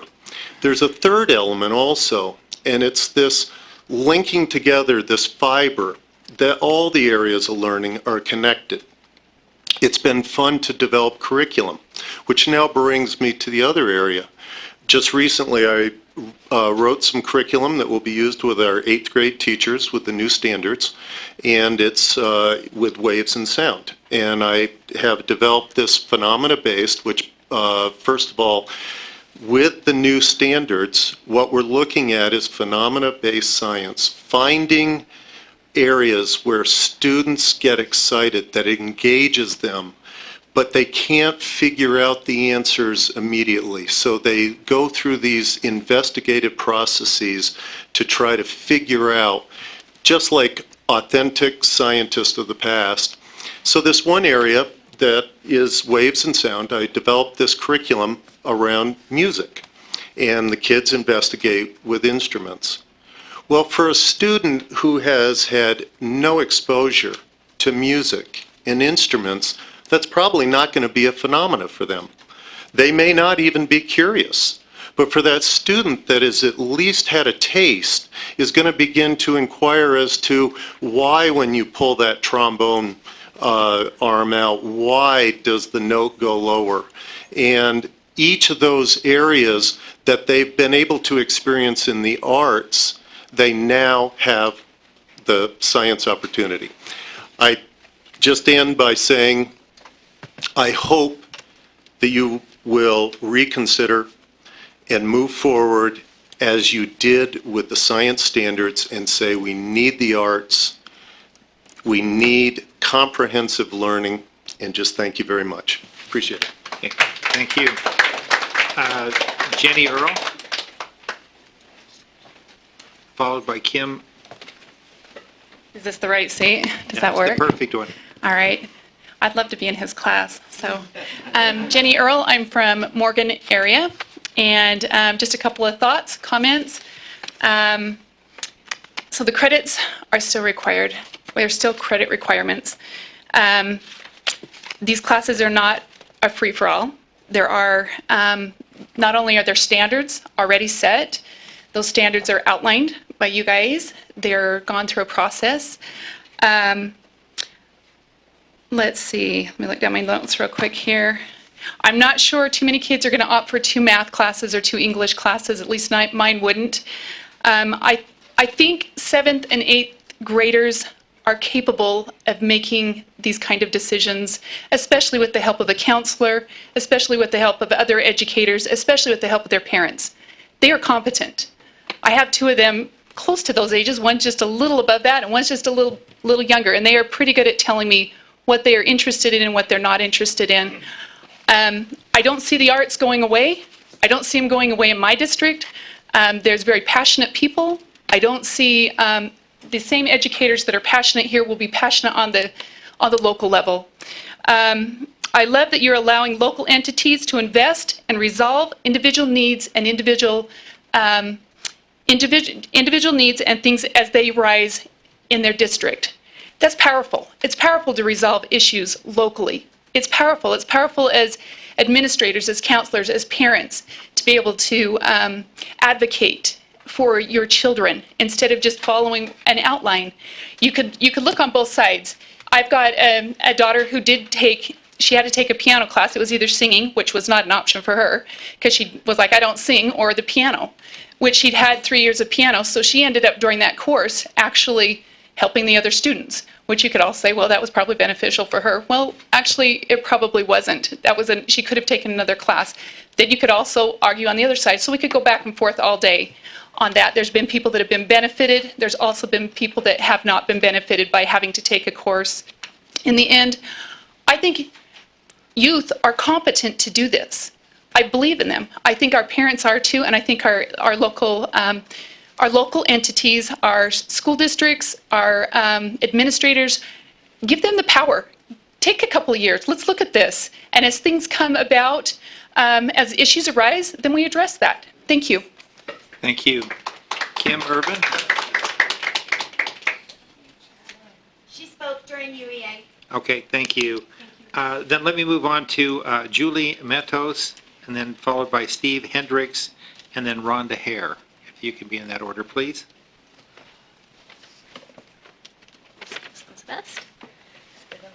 Spin around. Good evening. My name is Julie Meadows. I'm a faculty member in the College of Health at the University of Utah in the Department of Nutrition and Integrative Physiology. My research aims to find ways to prevent the current Utah, United States, and global diabetes and obesity starting in adolescence. So this is the group that I work with. I want to share with you 5 reasons quickly why it's important to have health education and physical education for all middle school students in Utah. First, I want to give you a story from my own life. I think that lots of people have said that they would like to have individual choice, but sometimes we don't know what we're missing. My son, I'm a nutritionist and a PE specialist, and he in 7th grade did a science fair project where he wore a pedometer that counts your steps. And we were surprised to find that despite being in a very active family, being a soccer player, and playing church basketball, the only time he got the enough required steps was the days that he had PE. So if I'm doing it at home, but I want the support of the school. Another example is I'm a nutritionist, and my daughter didn't believe a thing I said about food and nutrition until she heard her health teacher say it. So I like the support of schools in what I'm talking about at home. First of all, your decision to make health and PE optional for middle school students is not evidence-based. There is no research evidence to suggest that kids will do better in other subjects or be more engaged in other subjects that would replace health and PE. In fact, the opposite is true.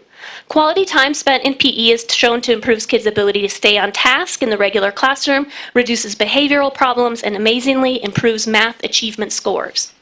Further, kids that are involved in PE and health classes are shown to have fewer absences, are less likely to be tardy, and eventually attain a higher level of education. It's important for students to learn about their health in order to take care of their own health, but their family's health. Many of our kids are taking care of their their siblings' health, their parents' health, and their grandparents' health. We have a very complex healthcare system, and kids need to know how to navigate it. Next, academic success, which has been addressed quite a lot, but health education is another way to learn how to apply science, apply reading, apply math. And middle school students are kinesthetic learners, and this is the way we teach them. And so these are ways that we can enhance our other core topics. Next, having health and PE is critical to the Utah economy. In 7th grade, students in Utah are asked to start thinking about their career paths. In health, they can learn about many health professions, and workplace employers tell us that health of an employee is one of the key things they're looking for in Utah employees.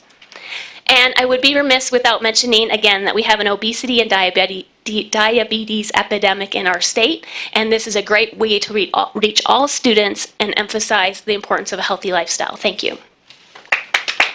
Thank you. Steve Hendricks, please. You've heard enough from me. Okay, thank you. Rhonda Hare.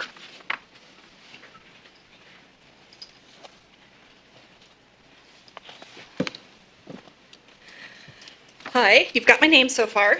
I have so many things I want to say because I want to get it all addressed and it's just not going to fit in 3 minutes. So I'll do what I can. First of all, we've heard a lot about parents of means and disadvantaged and privileged, things like that. And I want you to know, I grew up dirt poor. Now, I'm not that old. So when I tell you what my dad made per year, this wasn't like the 50s. My dad made $12,000 a year in the 80s. I remember him saying he would get more money if he would accept welfare, but he wouldn't, because he did not believe that the only way to get something was for somebody else to provide it for you. So if you want my credentials now, I graduated in elementary education with a music minor. I love learning, I love music, I love the arts. I love hiking. I'm not nearly as fit as I used to be, though. So I grew up on a farm. That's why we were so poor. And we were in a very, very small community that had very few classes offered. That's the way budgeting goes. It's okay. It works out.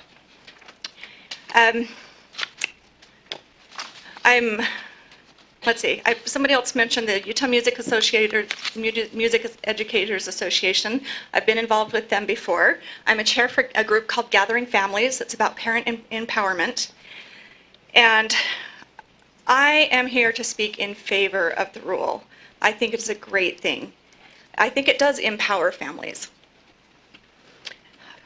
When we say that these other classes are only for the rich, that assumes that only the rich have resources. Well, I told you I grew up poor. I grew up with piano lessons. I grew up with music lessons. How did we do that at $12,000 a year? We bartered. We traded. I babysat for my aunt in exchange for my sisters getting piano lessons. My mom made batches of granola. She made loaves of bread for our piano teacher earlier, before that. When I wanted voice lessons, we found somebody in my town, which, anybody know where Tabiona is? Teeny town. Okay, 3 blocks square, about 2 stop signs, no traffic lights. We found a guy in our ward, in our neighborhood there, who had been a member of the Tabernacle Choir. Okay, so he's got a great voice, he knows how to sing. I went to his house and I pulled weeds in his yard every week in exchange for piano lessons. We don't have to have it provided for us. So, in summary, let's not restrict parents. Let's not shackle the parents who are involved out of fear that the ones who aren't as involved won't do what's best for their kids. Everybody has resources, and having things not all the way provided for you helps you become creative in using those and rising above. I'm not making $12,000 a year anymore, but it's not because of how I grew up or what was provided for me. Anyway, thank you. Thank you. Let me proceed with this next group. Marianne Kirk, Richard Heath, Julie King, and Melanie Provost, if you'd come in that order. With Marianne Kirk first, please.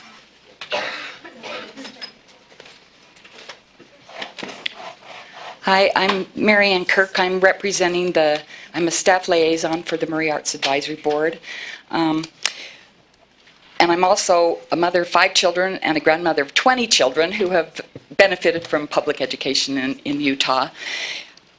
As we've discussed this in the Murray Arts Advisory Board, we recognize that you're not eliminating these subjects. They're still there, but we have a very distinct concern that we're sending a mixed message that art experiences are relevant and vital in grades K through 6 and 9 through 12, but not in grades 7 through 8. It just makes no sense. We recognize that you can choose some of those, but we think that that sends a very mixed message. We are also concerned that we are giving priority to local administrators in the name, and parents in the name of flexibility over a reasonable baseline of knowledge and skills for all children. And we've taken the time, I particularly have taken the time to look at both state statute, that the state school board is establishing the core standards, and they actually mention the core standards for Utah, the Standards Review Committee, and they list English, mathematics, science, social studies, fine arts, physical education, and health. So why is that there if you're only doing it K through 6 and 9 through 12, and then it's just kind of electives? I mean, you choose some of those, but it's electives in those middle grade 7 and 8. On your own website, it says all students should have the opportunity to experience the fine arts as part of a well-rounded curriculum and complete education. And complete is K through 12. It's not in the middle, it's missing. So we really encourage you to reconsider this and look at that complete education of K through 12, not an optional credits in the middle. Thank you. Thank you. Richard Heath, please, followed by Julie King.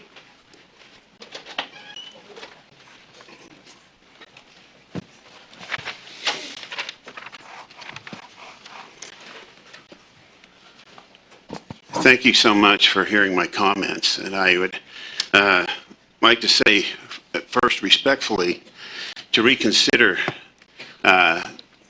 implementing this and give it some more time for more input.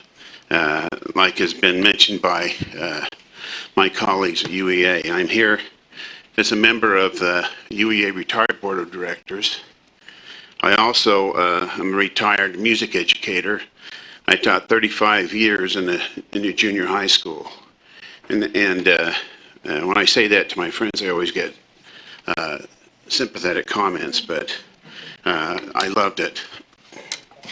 I'd like to refer for just a few seconds to part of an op-ed that I wrote that was in the Deseret News a couple weeks ago, and I'll send the whole article around for all of you.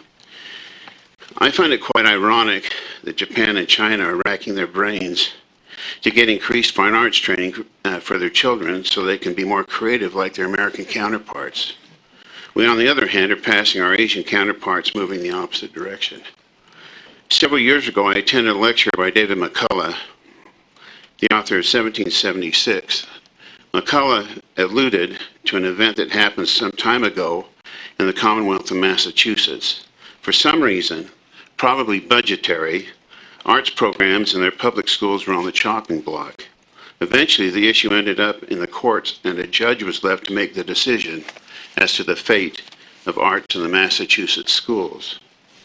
The Constitution of Massachusetts states, quote, "It shall be the duty of legislatures and magistrates in all future periods of this Commonwealth to cherish the interests of literature and the sciences and all seminaries of them, especially the University of Cambridge, public schools, and grammar schools in the towns," close quote. The judge's decision to save the arts in the schools of Massachusetts dealt with one word: cherish. You can't learn to cherish without the arts. I know that from all that's been said, the arts are not going to be gone, but this de-emphasis is a concern to me. And I look at it another way, looking at my school, when there was a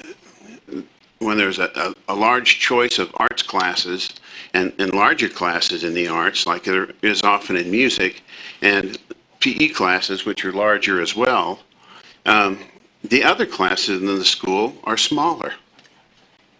So please consider that, because that's kind of class size reduction in that case. Thank you for your time. Thank you.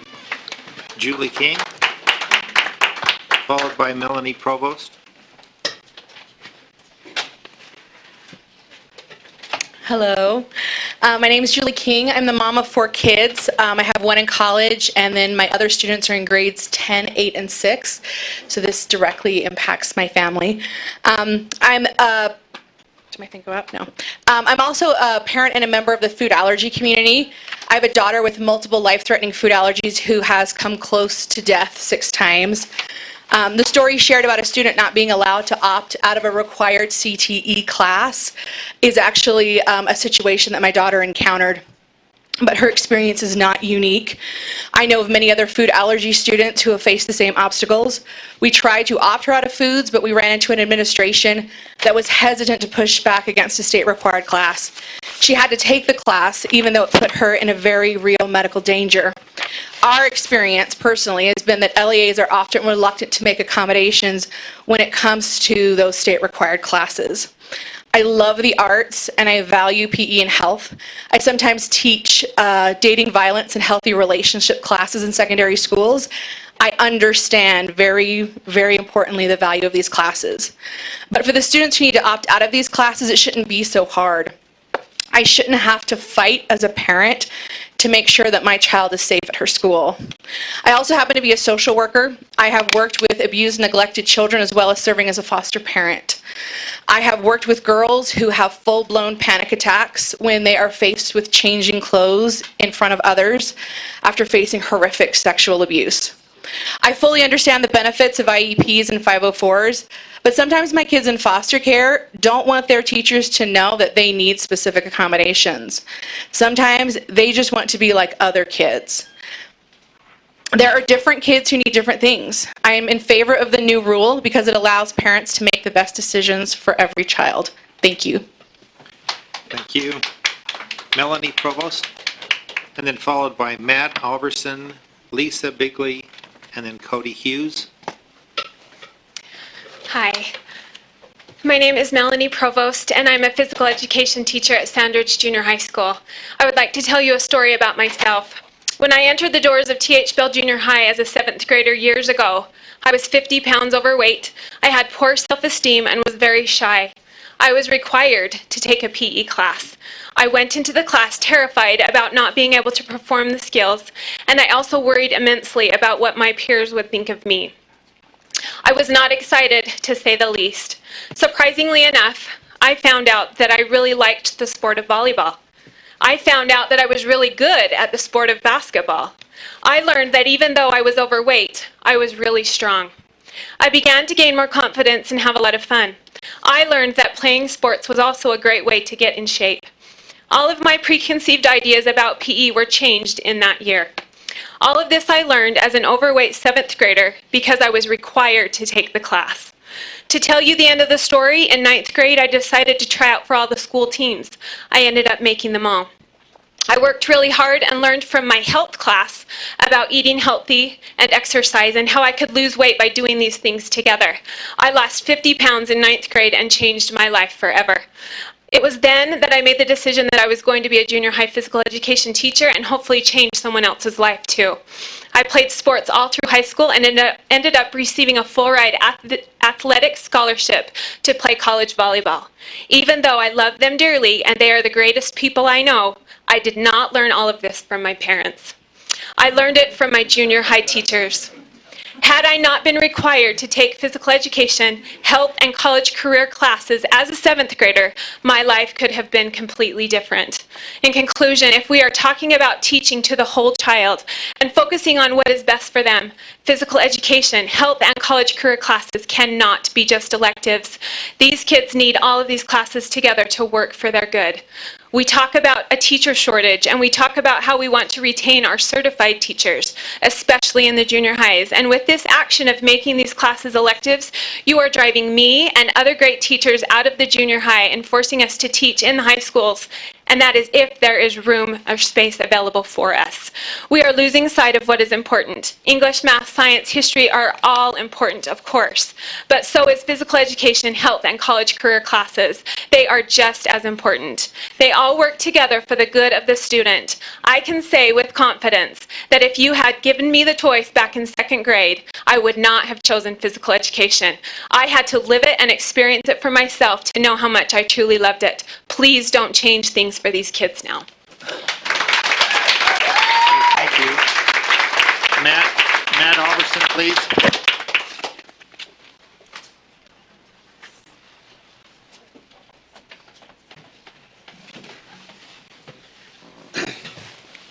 Good evening. I want to just start by thanking all of you that are here, that are just here for the kids, and we're here to help these children succeed in life. So thank you for all your work.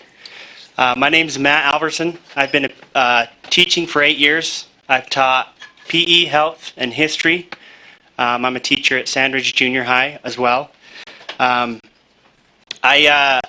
wanted to start by just sharing a couple of facts with you. Okay, these aren't opinions. These are facts. These are just some things to add on. In the next decade, 40 to 45% of children will be insulin dependent. More than 9 million children in the U.S. are obese or overweight. This generation of children's life expectancy is shorter than the previous generation. The United States has 25% of the world's population, yet we consume 75% of the world's prescription pills. That's so scary. When I heard about this rule change, I heard it from my brother. He's a teacher. I thought he was pulling my leg. He sent me the article, and I read it very intently. And one thing that kept popping up was the word freedom. And that just keeps popping up and popping up and popping up here, which is obviously a great and important word. In that article, it said, we want parents to have the freedom to choose what is best for their child. It said, however, in the same article, it talks about how other subjects, such as math, history, English, and science, are still required. So why don't we give the parents the freedom to choose these as well? If we trust them, and it's about that, then we should give them that trust as well, right? So that was kind of concerning to me. In my opinion, I think the reason that this rule is the way it is now is because people value these subjects that are required more than the ones that aren't. Ironically, if we want students to perform well in required subjects, statistics show that they need to be physically active and be able to manage stress in order to be successful in them. Multiple studies show that active kids learn better than inactive kids, and sadly, statistics prove that most kids are not getting the physical activity they need at home. This is why we need to require PE. The kids that will opt out of PE are generally the ones that need it most, because otherwise they won't have any physical activity in their life, which will affect their test scores in required classes, and even more importantly, it will affect their quality of life. In closing, I just want to share a story. In my PE class, I have my kids write. They do writing assignments. And I had I show a little video, and then I have them write a little bit about it. And in this video, it talks about how to overcome and treat depression, which we all know is a problem. And it talks about how to do that through being active and being in athletics and managing stress and the things that are taught in health and PE. And I was reading one of my kids' papers. This was today, actually, ironically, this was today. And in the paper, she talked about how she was thinking about taking her own life. And so I went to my counselor. Obviously, we talked about how we can help this kid. And now this student is getting help for this obvious issue simply because they were required to take a PE class. Thank you for your time. Thank you, Matt. Lisa Bigley. Lisa? And followed by Cody Hughes, and then Curtis Benjamin and Hannah Janatova. I'm Lisa Begley. I'm currently a PE and health teacher at Sanders Junior High. I think if we don't require health and PE, we're doing these kids a huge disservice. In health, the kids learn how to be a healthy member of society. We teach about physical health, social health, and mental and emotional health. How to form healthy relationships, how to make goals, how to achieve goals, make decisions, deal with stress, proper nutrition, safety precautions, communication skills, how to handle peer pressure, drug and alcohol use and abuse, abusive relationships, and even human sexuality. Without this class, students may not be getting the accurate information or have a safe place to ask questions. These are all items that kids in junior high struggle with on a daily basis. We are teaching life skills that are essential for being a good member of society. Health is required in high school. Health 1 is a foundational class for Health 2, which is required for graduation. So we're not allowing these kids to have the foundation by the time they get to high school. Physical education is a place where kids find their fun and something they can enjoy doing after the semester's over. Find an aspect of fitness they love. Physical education also gives kids a sense of teamwork, hard work, and being able to challenge themselves physically. Without having PE be required, kids may never challenge themselves otherwise and not see the growth within themselves. And we can never move forward. We can never move forward in life if we always are standing still. Thank you. Thank you. Cody Hughes, please. Followed by Curtis Benjamin.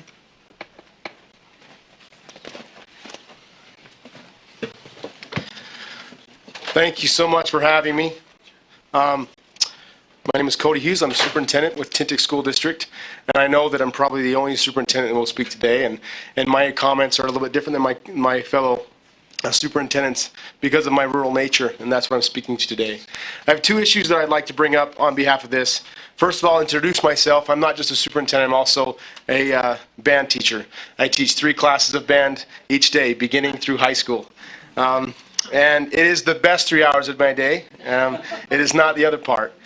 That being said, I'm not going to be biased towards the band portion of my life. What I need to speak to is really the rural education portion. So as board members and superintendents and deputy superintendents, I want you to consider the fact that the FTE comments that were made by Emery County School District are very much real in my district as well. As we look at those option changes and the shifts, stability for physical education and health and the arts is very important for the stability of our staffing and the stability of our budgets. If we were to see shifts, and let's think about it, everyone here has had a child that says, I don't want that. And then the other child, 2 years later, says, I love that. That happens in a school system. And in a rural school system, if a demographic comes through that says, I don't like that, and we lose those teachers, or we lose those opportunities, we can't replace them like our counterparts on the Wasatch Front. Though I see that local control, it's a great thing, especially as a superintendent, as a Board of Education. Local control can create and can build so many different things. The second item that I'll speak to is that of our social and mental health of our children. I have to say that the social and mental health of our students is far and above a more critical time now than ever before. And if you've ever been in a middle school, that's the game right there. That's where it starts, and that's where the challenges and us heading off those challenges can happen. Health education, not necessarily just physical education, but health education is where we can make the greatest impact and prevent student suicide, student abuse, self-harming, the critical things that I've seen from my own students. And that being said, there's been many stories about personal experiences of how they become what they become. And mine is the same story. I was from a very deprived, poor family, single father. He was a miner. His interest was not my education. I went to a local elementary school and then middle school that required music. And I had a teacher that put an old rusty trumpet in my hand, and lo and behold, it paved my way to become a superintendent of a district. That trumpet and that teacher and that requirement opened a door. And it doesn't do that for everybody. And neither will every class, right? But they are big, big items. As a small district, the question I have to ask for the board and the consideration more to chairperson, superintendent, and all board members is local control often means lack of support. I want you to think about that. In the eyes of everybody, it's different, but in my eyes, sometimes local control can refer to a lack of support. In rural education, that is the charge. Everybody that will speak to us tonight, and I'll just close with this, everybody that will speak to us tonight is a research-based person, whether they're for or against. And I don't want to say that I'm for or against as much as research-based is what matters.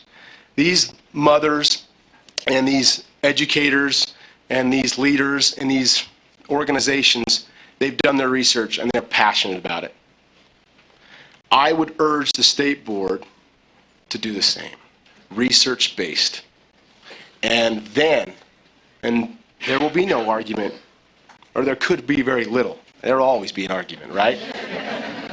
But in closing, research-based makes the best choices at hand. And I'm confident that with research and with our decisions based on that, you'll sleep well at night, and so will most everybody else. And I will say that no matter what your decision is, as a superintendent of a rural district in our state, I'll support you. Thank you. Thank you very much. Curtis Benjamin, please. Followed by Hannah Janatova. Thank you, Board, for being here tonight at this advancing hour. I'm Kurt Benjamin. I represent the teachers, member teachers of Northern Utah, UEA, Northern Utah UNISERV, and also the kid that's in my house and the daughter that teaches at Mountain Crest. And so I think as a former debate teacher, I think there's always an argument, actually. So. And tonight, I don't think local control or freedom, those, oops, I lost the sound. There you go. Okay. Don't touch it. I think, I think the synonym for that would be agency, right? And I don't think agency's been abandoned here tonight by those that oppose the rule. I think instead what you've been seeing is that it's expressed in the social agreement that bodies like you make decisions on behalf of those of us that elect you. We place in you our trust and wisdom of the whole to make a decision on behalf of our kids. I think the superintendent prior to me just kind of made a case for that. Look into this, study it, give it due course as you are tonight. With regard to the unit requirement, I just want to say the vernacular we have for that is seat time, right? And that implies that just one part of the body is involved there. Actually, attendance equals discussion, projects, collaboration. Minds we can engage for mouths to express critical thinking, hearts we can heal, hearing another student's poem, hands that can mold and hold what we make together in a classroom. And so consider that as well. I think we need to, what do we mean by mastery? What do we mean by competency? How broad or narrow does that look? And can that be expressed on a piece of paper? Can that be expressed in when we clap out of something, right? So take a look at that as you go forward. And with regard to the specific subjects not being required, I think the basic requirement ensures that that we have them as at least placeholders in some of these smaller districts, right? And that we can adjust or waive. We have that power. That's available when special needs arise. I moved with my 14-year-old from Richfield, where I taught high school and coached cross-country and track and debate, as I mentioned, and we moved to Logan to take this new position. I wouldn't have wanted that to mean the standards were lowered or that he would now have to meet new district criteria and maybe jeopardize graduation because they would be different in different places. Because the arts were prioritized. Music, he discovered, music in particular, he discovered a love for marching band. That's been mentioned a lot tonight. I don't know what that's all about. But that move is not something that he just survived. It's an experience in which he thrived. And it was because that requirement was already in place in the middle schools, and he was able to take advantage of it. I thank you for your time. Thank you. Hannah, would you come? And then let's follow her with Shondell Smith, and then Lewis Gravitt, John Robinson, and then Matt Sinsel, please. Good evening. My name is Hannah Janatova, and I'm here in the capacity as representative for the Utah Teachers Music Association, and I was wondering if I could request sufficient time to read this statement. It may be more than 2 minutes, but less than 5. Well, if you'd like to submit that in a written form, we'd be glad to do it, but please, if you would summarize it for us, Okay. that would be terrific. Fabulous, thank you. So I will start by opening with a quote by a colleague, a nationally certified teacher of music, Heather Smith, who wanted to impart onto the Board of Education that it is impossible to overstate the importance of continuing our education in the public schools.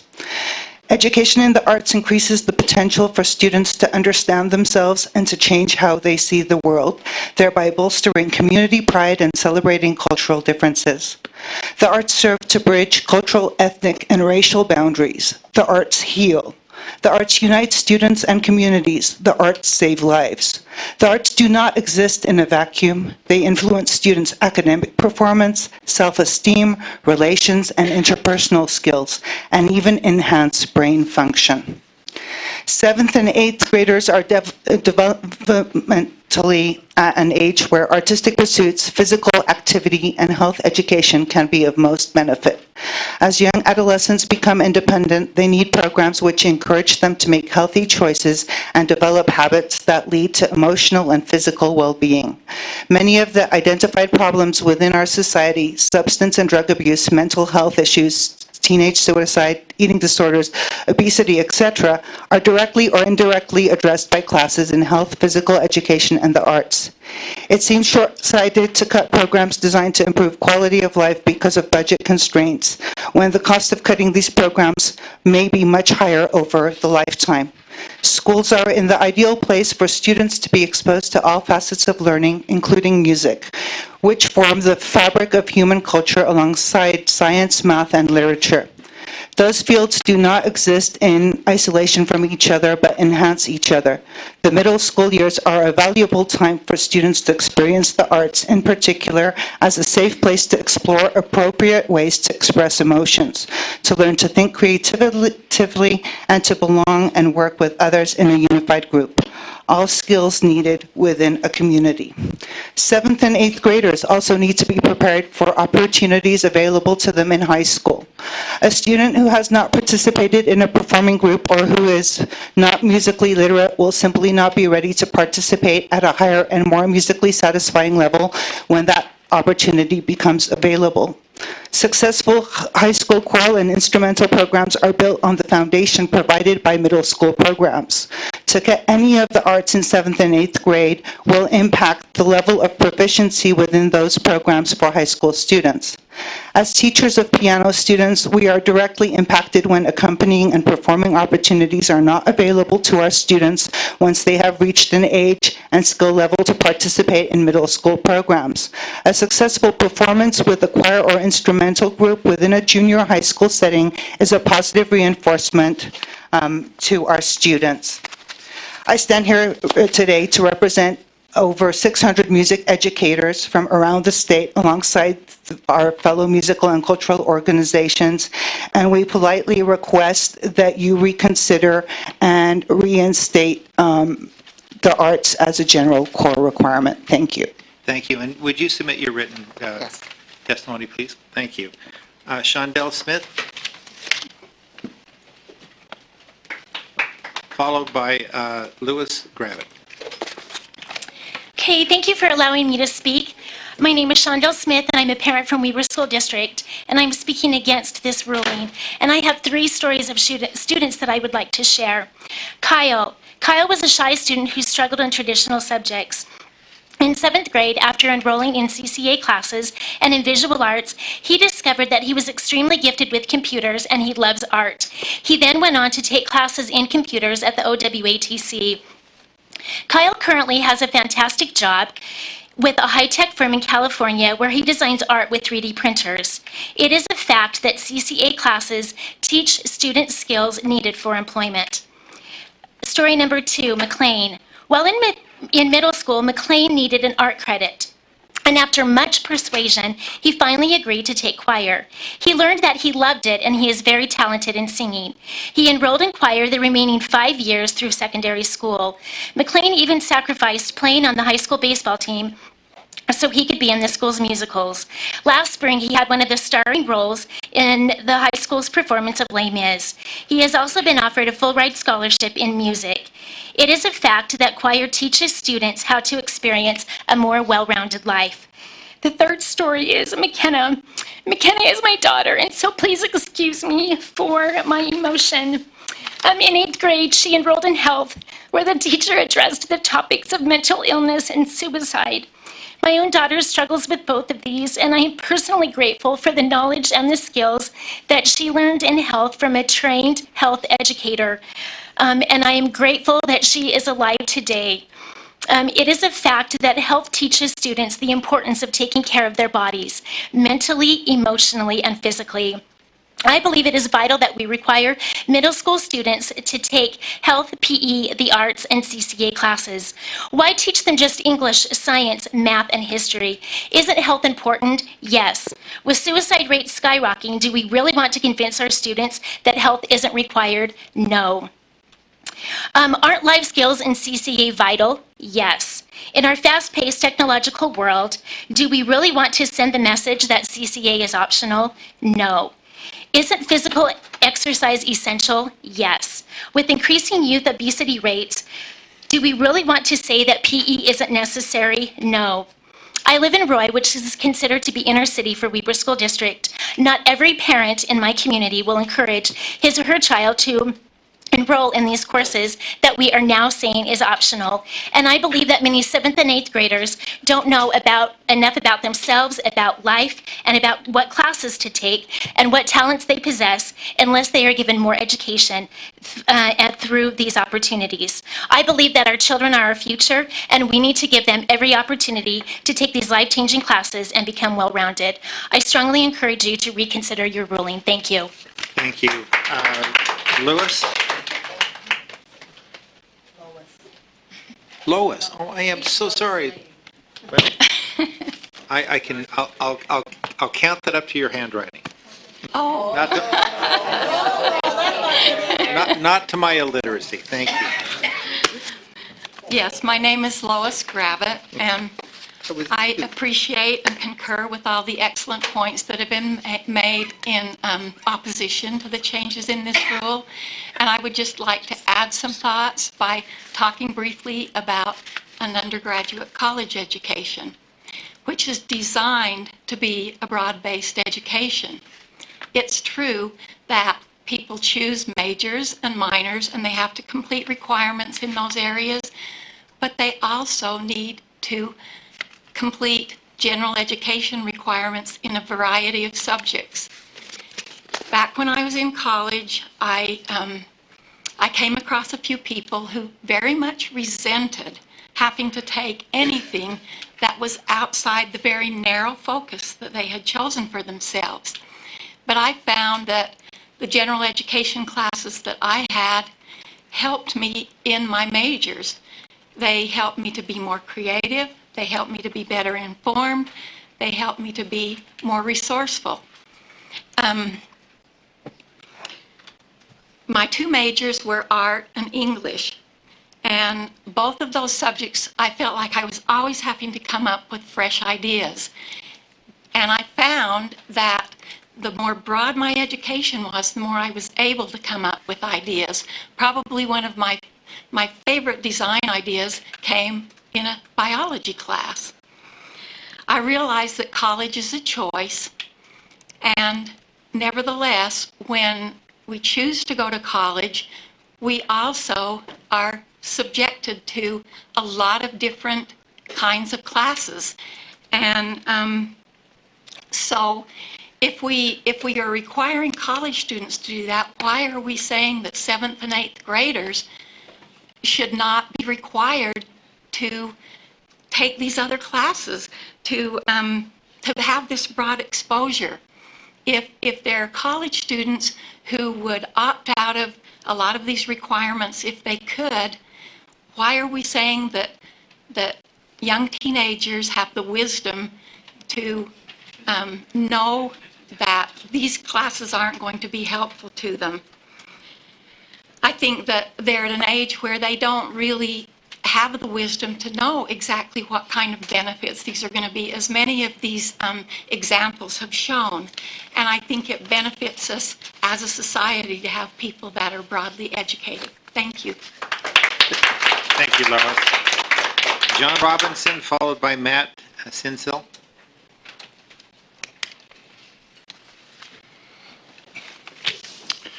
Board President Huntsman, Superintendent Dixon, board members, and administrative staff, thank you all for providing an opportunity for this forum of us being able to express our opinions about this. I come to you today as an educator. I retired 3 years ago after a 4-year career. I spent time as a teacher, coach, counselor at the junior high and high school level, vice principal at the junior high level, and finished my career in the district as a curriculum supervisor over physical education and health. So I could speak to you from many different perspectives tonight, and some of what I might have said has been said. I want to just focus very quickly on just one thing. I want to tap into my experience as a junior high counselor and a junior high vice principal who had the responsibility of the master schedule. We talk a little bit about reasons why this was passed by the board, one of which was mentioned was the fact that many parents have asked for more flexibility. As a state board, there are close to 700,000 students that you have direct responsibility for. And I wonder, of those 650, 680,000, how many parents have expressed that? What percent?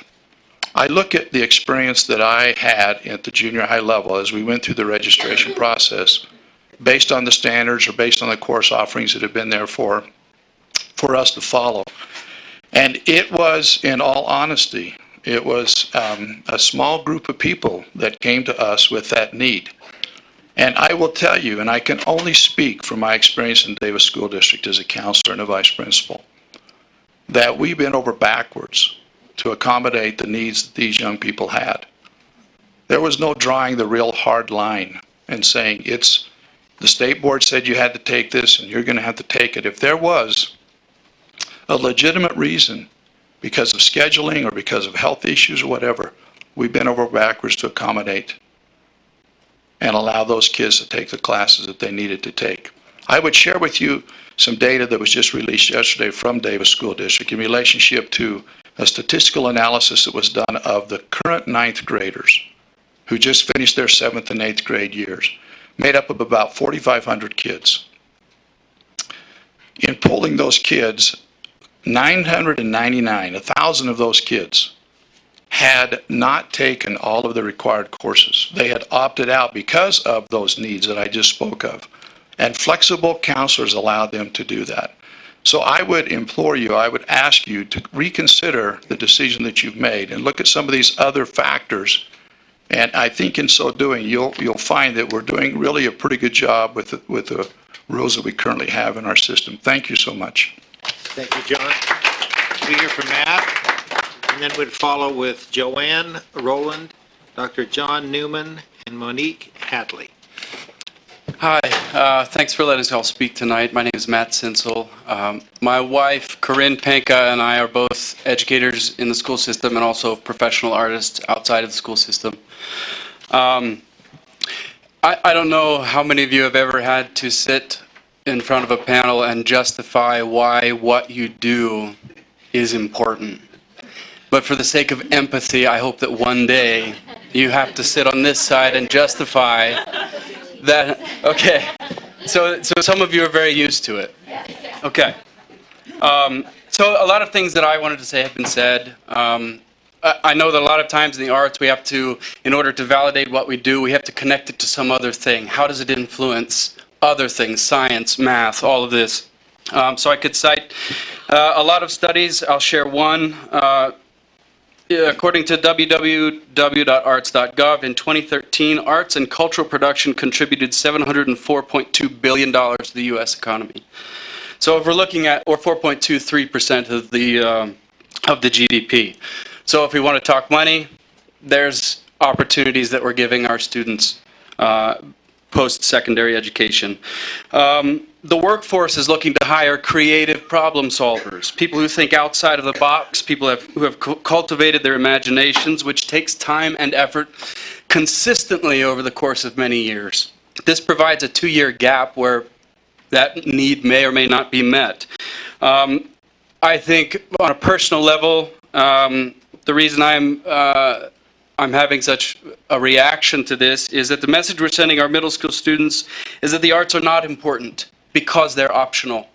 We're saying the arts are not important. I know for a fact that many kids would not elect to take math, science, and English.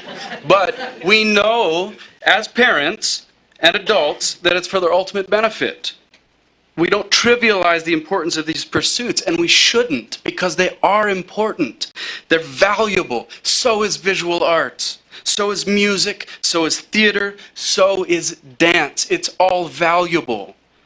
So let's be clear on what's happening here. The effort to make arts education non-mandatory is so that you'll be gathering data in the coming years as fewer and fewer kids choose to take these classes.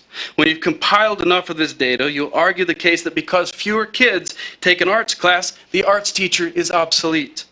And so you'll eliminate this position. This isn't investing in education, this is divesting. This is taking away. The greatest scientists are artists as well. When I examine myself and my methods of thought, I come close to the conclusion that the gift of imagination has meant more to me than any talent for absorbing absolute knowledge. That's Einstein. That's not my quote. So, lesser known, he was also an amateur pianist and a violinist. So if we want more Einsteins, we can't trivialize the importance of arts education. We have to keep arts mandatory in the middle schools. Thank you. Thank you. Joanne Rowland, please. And then Dr. John Newman, followed by Monique. Am I next? Yes, please.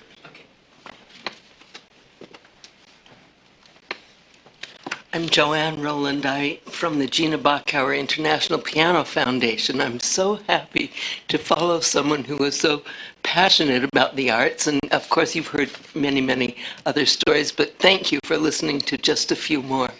When I travel to elementary schools in the Salt Lake Valley, I take a beautiful grand Steinway piano and one of the best concert pianists who either live in the state or often come from someplace else and are visiting.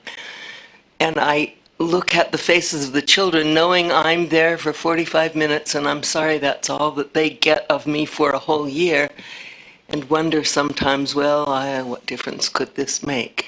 But every time I look around the room, I find at least one face for whom the world will never be the same. And for that one face, I hope to be able to keep doing this for a long time. Now, your decision here will not probably affect the Gina Bachauer program, but I want you to know a couple of other ideas, and I think you do know, about why mandatory arts education should be continued, especially in middle school. I think you probably know Amy Wadsworth, who's developed a charter school on the idea that middle school is a really rough time. All of us have been seventh graders. It's probably a year that most of us would not choose to repeat. Amy Wadsworth figured out that one way to help the vulnerability of the middle school years would be to require middle school children to explore themselves through art, dance, music, and theater. And I've been in Amy's school quite a bit, and I've seen thriving middle school students who belong to something because they are in an arts program. A very, very long time ago, I was a student at Bountiful High School. Gordon Keddington was our choir teacher. He also intuitively, because I don't think it was so research-based such a long time ago, intuitively knew that if he recruited from the parking lot the boys that were smoking at lunchtime to sing in his choir, they would not likely end up in juvenile court. And he was right, and I hope that we will require arts to continue in the schools. Thank you very much. Thank you. Dr. Newman, please, followed by Monique Hadley, and then after that, John Boone. Hello, I'm John Newman. I am a theater professor at Utah Valley University. I run the Norda Children's Theater Center for Children and Youth, recently renamed the Thai Center. And before that, I was, for 18 years, taught high school theater. We have a state core requirement for the arts, kindergarten through 12th grade. But it's implemented differently. My program works with middle schools, it works with elementary schools, high schools, and middle schools. In the high schools, almost every high school in this state has a theater program because of the 1.5 fine arts requirement that all high school students have to take. That's very different than the situation in the elementary schools. It is a core subject, and yet it gets squeezed out because of pressures for reading, writing, and mathematics. What we find is that the greater the pressure is to improve test scores in the elementary schools on these standardized tests, the greater the likelihood is that the administrators are choosing not to offer the arts, are completely eliminating the arts in those schools. I believe that the middle school's arts programs are at a crossroads. The question, we talked a lot about choice this evening. Let me frame it a little bit differently. The question is, will students in every middle school in our state have the choice to take theater and other arts classes as they do in our high schools?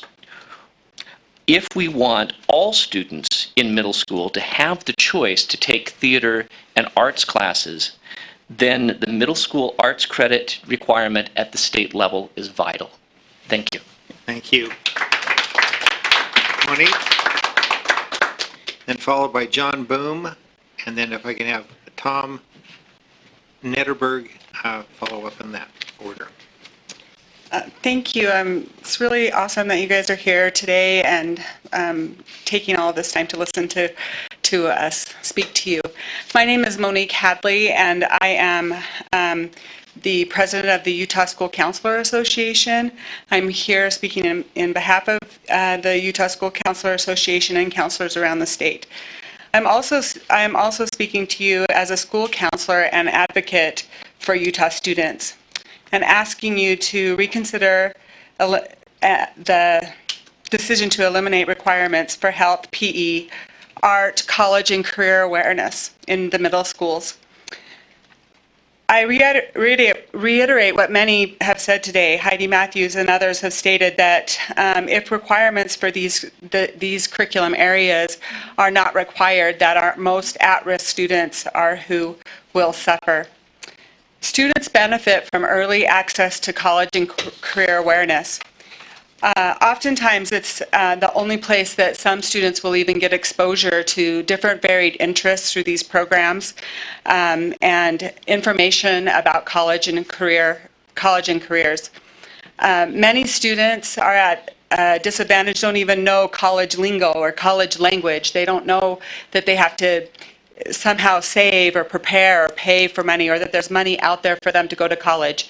And as the earlier they start learning about this in middle school in 7th and 8th grade, and learning be exposed to different kinds of careers that are out there, the more prepared they come to high school and ready to accomplish the goals that they are making for themselves.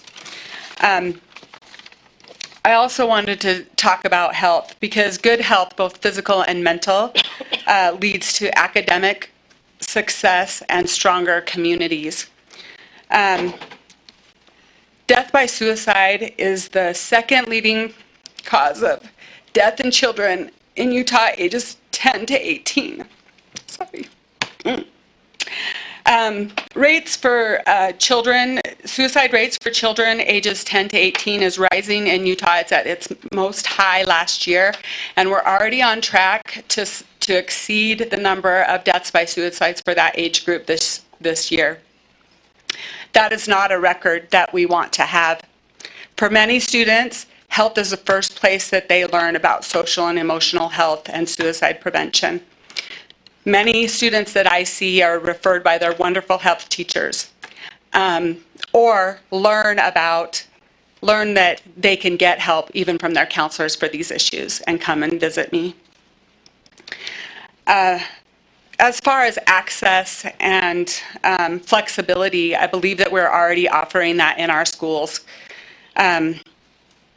Online classes are available, but they're not the best choice for our at-risk students.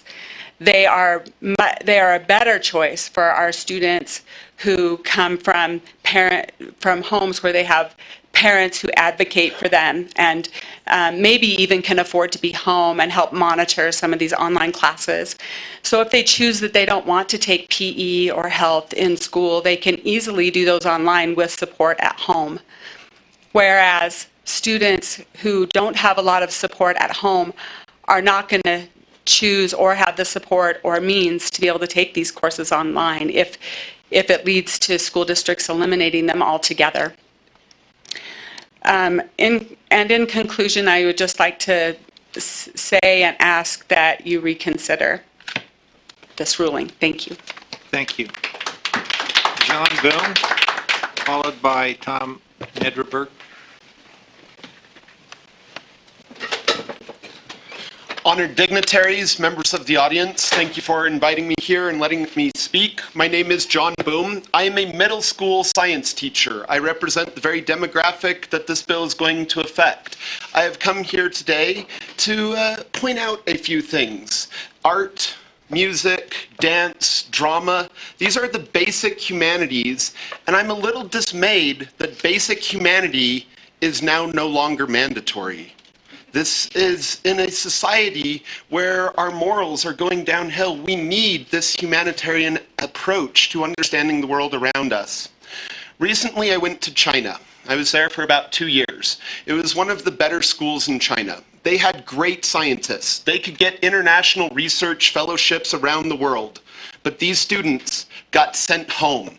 They got sent home less than 2 weeks after they traveled around the world because these brilliant scientists weren't creative.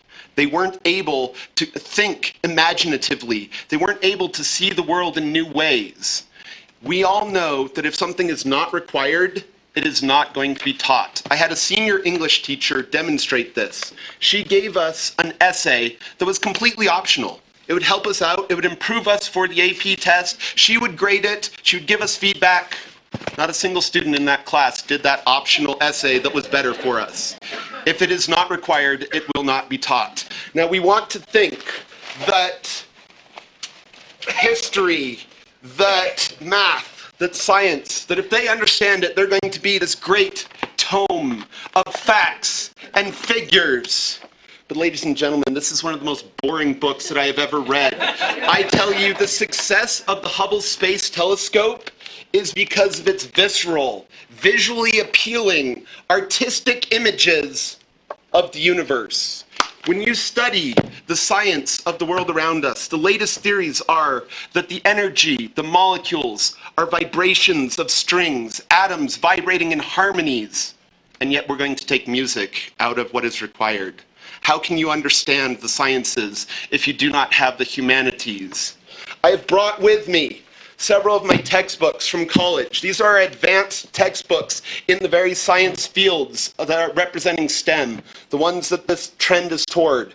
Here I have a book on thermodynamics for geologists. I open it to a page, and what do I see? I see a chart.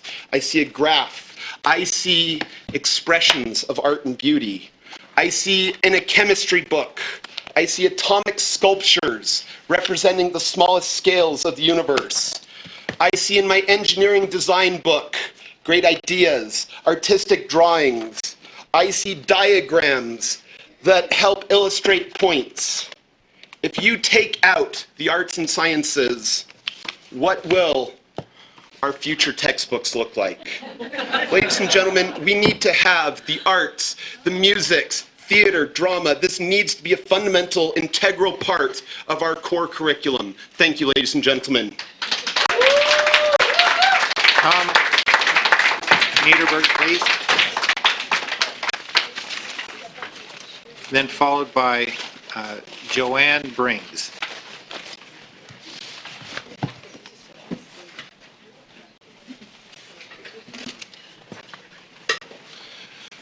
I'm Tom Nederberg, a 38-year teacher from the Hendricks School District, and I want to speak to make sure that we include the arts as part of our curriculum in the state. Cody Hughes got up and spoke. He was my superintendent. He was also my student. You want the rest of the story? He came to school as a 5th grade student. He was special ed. He couldn't do things like read or spell, but he got a trumpet in 5th grade. He talked about his dad. All I got to say is it's a good thing there was Eureka to help raise Cody. He struggled all through school, but that trumpet unlocked a relationship with the music teacher, which unlocked a relationship with Snow College, which got him a full ride scholarship, which he was able to complete and get another scholarship to SUU, and he became a teacher and then decided he liked education and wanted to change lives. So he got his master's degree, became a principal, and finally a superintendent, committed enough that he still teaches music. You know, I'm not here to protect my job. I taught math, science, Utah history at a middle school in Tinnick. It is important to have the arts. It's important because our children need it.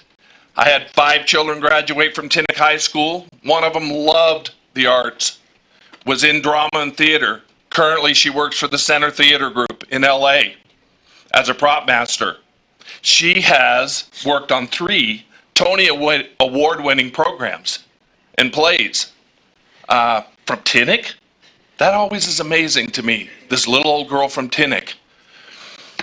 The thing that worries me is that you're going to make a decision and you won't know the immediate impact or result of that decision.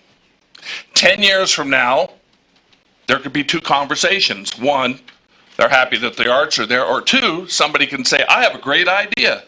We don't have enough students in such and such a program. Why don't we combine it? Or why don't we do away with it? What I really worry about is that 38 years from now, someone will say, I remember a time when we had music and theater and arts, and we don't have it now. I urge you to keep this standard in the curriculum. Thank you. Thank you. Joanne Brings, and then can they follow up, can she be followed up by Marianne Sanchez and then Eduardo Chihiro? Joanne? Okay. Okay, then how about Marianne Sanchez, followed up by Eduardo Chihiro, and then Nathan Belknap, please. Hi, my name's Marianne Sanchez, and I'm here with Isa, and we both have something to say. So, my name is Marianne Aurora Sanchez. I'm 13 years old, and I'm in 8th grade, and I attend Northwest Middle School, which is a Title I school. This means my peers and I are especially at risk of losing these classes that help us. When I was in 7th grade, I enjoyed having these requirements because I had a physical education teacher, and he would help me keep up with my classwork. And if I was falling behind with an assignment, he would make me get that assignment from that class and make me do it in his class. And if a grade was falling back, I would do that assignment in his class so I could keep up my grades. And he would help. He really helped me, and taking away these, if we restrict these things, our school might be at risk of losing it, and not have taking away a teacher who really helped me succeed last year wouldn't be as great because he's also helping other students that also have the same things that need to be done. And not having a physical education as a required class kind of loses concentration for other classes, because when I had it, it would help me concentrate in other classes. It would help me more in like learning new things and developing new ideas. And yeah, and this helped me a lot with my growth and keeping fit and exercising. So, sorry, I was really nervous. No, you did marvelously. Thank you. Do I go? You said go ahead. Okay. Sorry. Hi, my full name is Chantel Isabella Reyes Paldonado, but people call me Isa. I'm 13 years old and in 8th grade, and I attend Northwest Middle School. I want to be able to think outside of the box when I'm in school. I won't be able to do that if I have the risk of losing classes. I love to learn more about the world around me. I attend a Title I school. This means that the teachers that teach art and health are at risk of losing their jobs because the school may not have enough money to pay the teachers that teach us. These teachers believe in me and support me through everything I go through. They've taught me to be a better person and to appreciate the world around me. Please, if you care about student growth, if you care about me and my education, keep these classes that influence not only me, but several other students, more ways than one. Thank you. Okay, thank you. Thank you for very letting much. us speak today. Eduardo Chihiro? He left, okay. Nathan Belknap, please.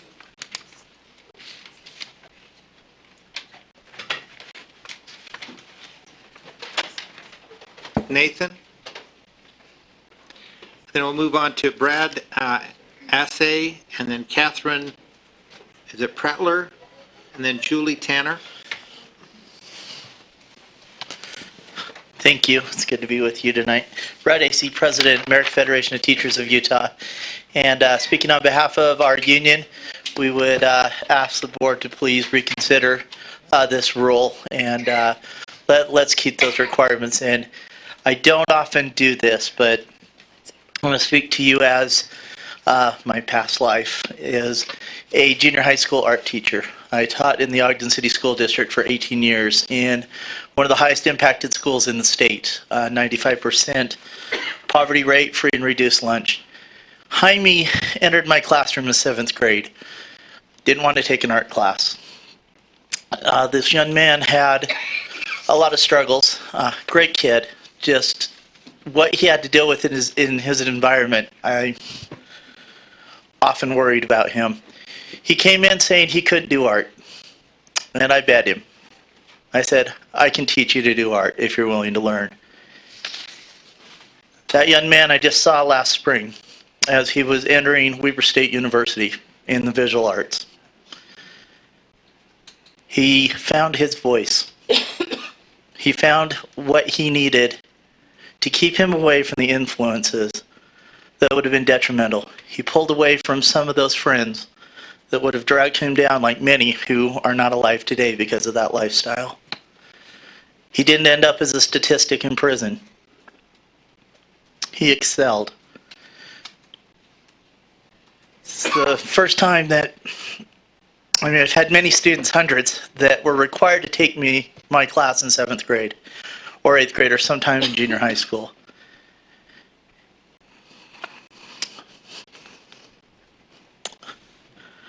The young man told me, you're the reason why I'm alive.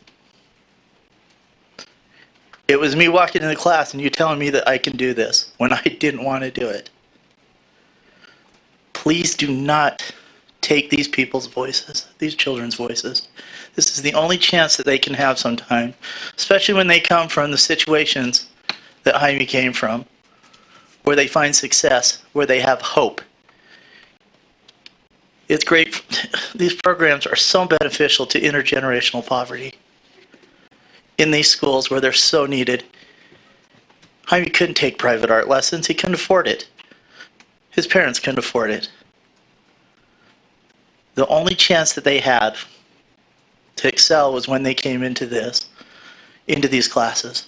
And I watched them over and over become something because of these programs. So personally, not as a union president, but as a teacher of kids, please give them the chance and let them have a voice. Thanks. Thank you, Brad. Catherine, is it Prowler? Catherine? Thank you. I'm sorry if I butchered your last name. My eyes are weak. Yeah, you can blame my handwriting. Thank you. I'm Catherine. You gave me an out. I'm Catherine Prater. I teach problem solving, collaboration, and the learning process. I happen to use dance to do it. And I happen to do it in a junior high that is in the 3rd year of the turnaround process. And I can tell you that when you do not require PE, health, and arts, it's not going to be, well, it might get cut. It will get cut. Because my students are now double blocked into math, science, and English, have less elective choices, and cannot take an extra art class when they choose to, because they are taking double blocked core classes, and it has had little effect on their test scores. So, this rule is going to affect those students that are the most at risk. And it is my classes and health and PE that motivate them to still come to school and to work in their core classes. And if my class is cut because it's no longer required, and they are going to be taking triple blocked math and English, they will shut down and will fail. So I really ask you on behalf of my students, who when they heard of this rule were extremely distressed because they were worried they were going to lose their choice in their classes, that you reverse your decision. Thank you. Thank you, Catherine. Julie Tanner, please. Julie Tanner. Carol Moss.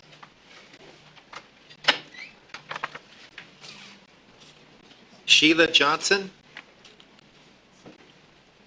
I'm here. Thank you. Do we ever do a 7-inning stretch around here? We're trying to. Thank you for letting me speak today. I know we're weary, and the mind can only endure how much the butt can endure, so I've been standing most of the time. I am here, as several people have said, that where's the data? Where's the data in these decisions? And I have come to you because I am trained in science as a science educator to always have data. So for all the comments made about PE, here's a mega data analysis. 9,000 students in Australia alone, 4,600 from Hong Kong. It says everything that everybody has talked about today as far as PE and the cross-curriculum gains that we have from that. From hearing everybody's comments, I want to just zone in on one that I think we kind of glossed over. I'm passionate about the arts. I have children. If it weren't for junior high, they wouldn't be succeeding as well because of those options. I would just want to warn you or implore you, when we hear of these scary scenarios where a child was forced to take PE, or because of special needs, or because of allergies in a cooking class, those are real. My daughter has allergies herself. But that is a local control, and that's what we're fighting here for, is local control. And those decisions, we trust that they'll make it with a principal and a counselor. Surely there's a breakdown in communication if a child with allergies is in the food room where they're making peanut butter sandwiches. What I'm talking about and what I want to share about today is the real, every person who has talked today about suicide has gotten emotional. And I dare say that if we don't address this, we are culpable and we can be held liable for what is happening to our youth. The woman spoke about us having the second highest. We are now the first. The #1 cause of death in this state is suicide for ages 12 through 17.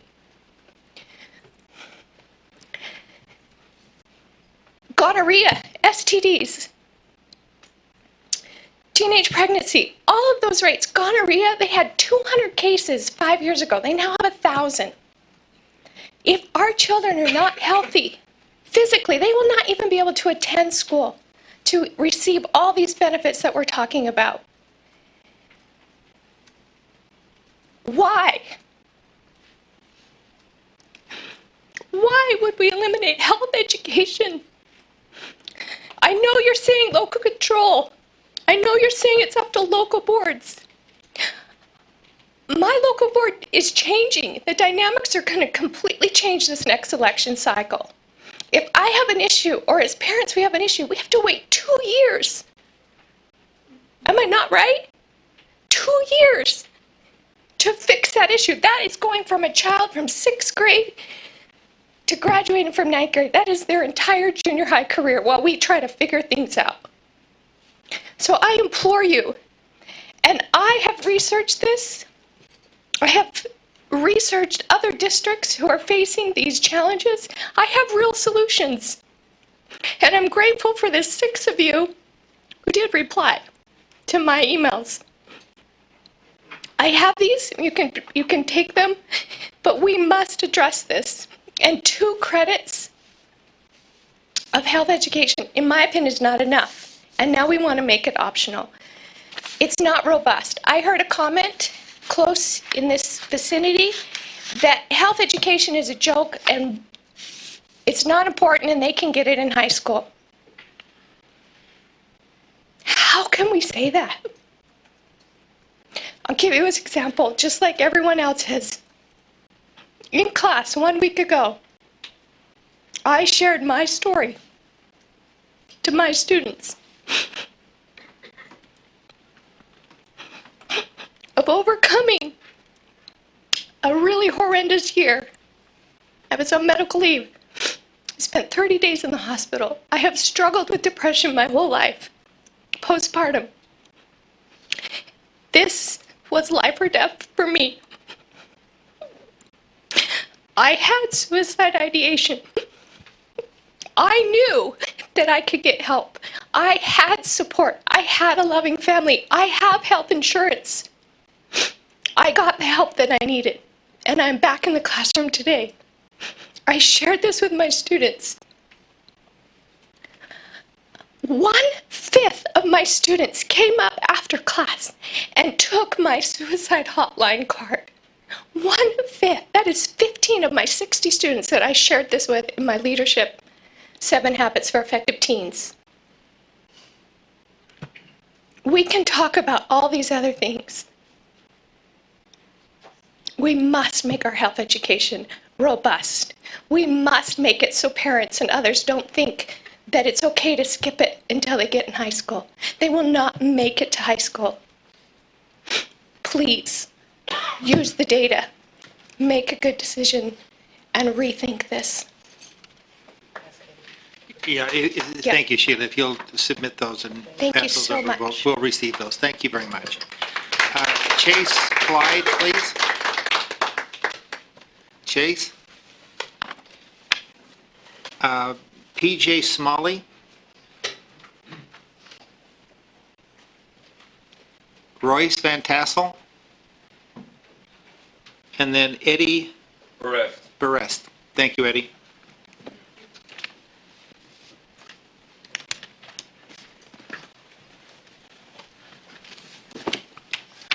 Normally, I would say it's always good to be among friends, but it's like 8:15 at night. I think we'd all rather be someplace else. That having been said, Royce Van Tassel, Utah Association of Public Charter Schools. As you know, charter schools exist to provide flexibility.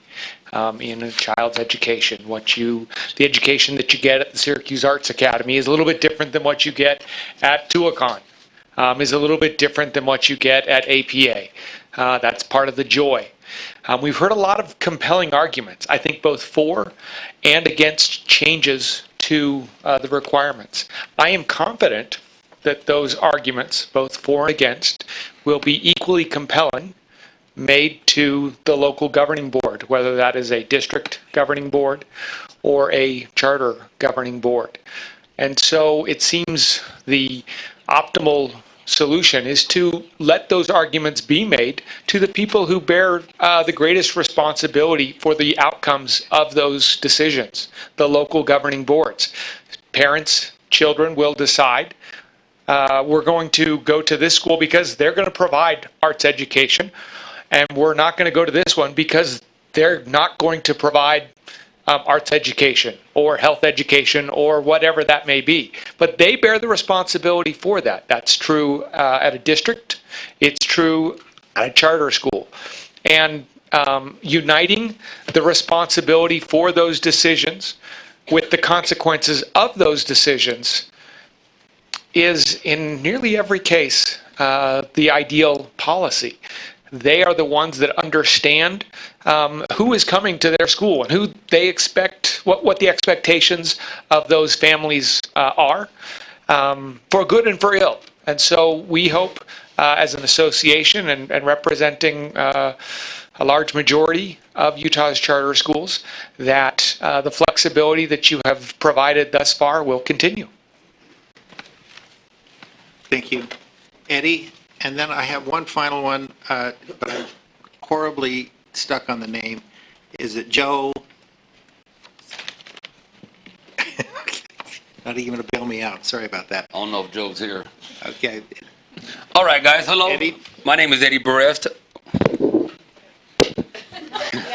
No, you have to, because okay. it's recorded. Okay. Okay, sorry. I just want to make sure you got our heart rates up so you can listen here out of a loving way. Okay, I have a question. What is the first thing you guys do when you've had a stressful week? Do you listen to music? Do you go exercise? Do you draw? Now ask yourself, what do you do with your students, your children at home that are annoying the heck out of you? Do you send them into the room? Do you send them out to go play? What do you do with them? Now imagine being a teacher having those many kids that are just bouncing off the walls. Okay? Now, my story, I'm from Granite School District, born and raised. I'm an 18-year teacher. I have my degree in psychology, and I have my master's in leadership to become a principal, but I want to go past that. And you guys are the people I want to talk to. And the reason why is, you hear all the bads and the do's and don'ts, but I've lived it for 18 years. I've had 7 students over my 18 years commit suicide. But I've had a lot more that have not committed suicide because they had someone like me to talk to, someone to teach them about self-esteem, someone to teach them that it doesn't matter where you come from. My students know I have depression. My students know I used to eat out of garbage cans in elementary coming from a single-family home. It doesn't matter where you come from. It matters what you do with it. And if you don't give our kids opportunity to get some outlet, some creativity, we're going to be having issues in the state prison and everything else. And I've heard a lot of wonderful things tonight, and I just wanted to read a few things, and some of these might mean something to you. I facilitate thinking. I engage minds. I challenge the body. I cultivate dreams. I improve health and fitness. I learn every day. I teach PE. Okay. And please, if anybody doubts me and the ability of what PE has to offer, please come to my class anytime and see what I do and the difference that I make. That's an open invitation, and I hope somebody takes me up on it, because nobody has yet that I've talked to throughout the state. I wish every superintendent would be in the classroom and teach. I have a 7th grade daughter. She's blind in one eye. She was very self-conscious growing up. Sports has helped her. My daughter made the softball team. Everyone treats her like everybody else. How would you feel if your daughter felt that way? Would you want her to be accepted? PE, art, music is a chance for people to get to know each other. Differences. I'm black and white from Utah. Do you think it was easy growing up when I had hair? No. I got teased all the way. But It makes a difference on the relationships that you have. Okay? Mental illness, we talked about that. Students are resilient. We raise your students, your children. It's us teachers. Everybody says mean things about teachers. My time is up? I thought you got 3 minutes. That was 3 minutes? Well, if you would love to learn more, please talk to me. My name is Eddie Barrest, and I hope you guys keep the arts because remember when you were a kid, the most times you enjoyed. Thank you. Eddie, are you going to leave us the shirt off your back? I don't mind. You know, I really don't mind if you want. No, thank you very much. Huh? I do love your shoes, Kathleen. We have now completed the lists. I'm on the typed list tonight, and you do not. I am so sorry, but please come forward and identify yourself.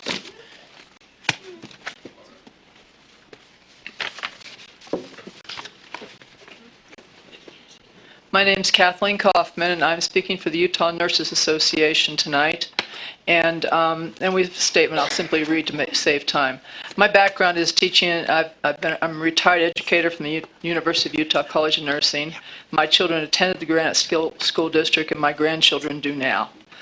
And I spent 16 years volunteering in a science club because I was a chemist before a nurse in our local grade school. And I just got some I have personal reflections from that. But the Utah Nurses Association is very concerned about the removal of core requirements for each 7th and 8th grade student for them to take physical education, health, and art during the middle school years. We are concerned that this will have potentially long-term effects on the school, on the health, both physical and mental, of our preteen and young teenagers. Obesity, sedentary lifestyles, and as we all said, suicide are all well documented as increasing in Utah teens.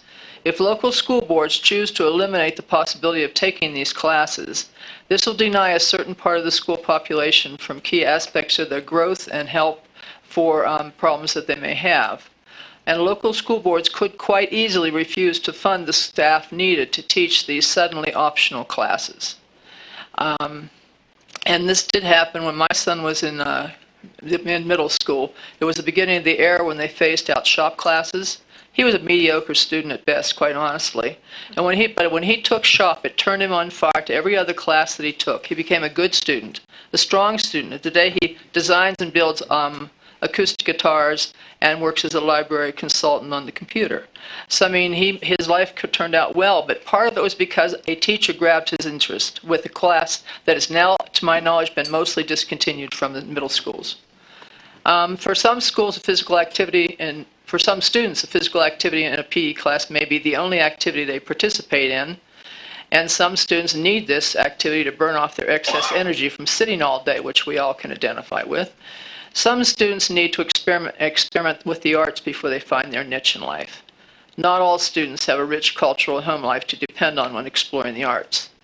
Most importantly, in the view of the Utah Nurses Association, is that eliminating required health classes in the middle school years does not prepare students to be properly prepared for instruction in grades 9 through 12, which is the aim according to your rule.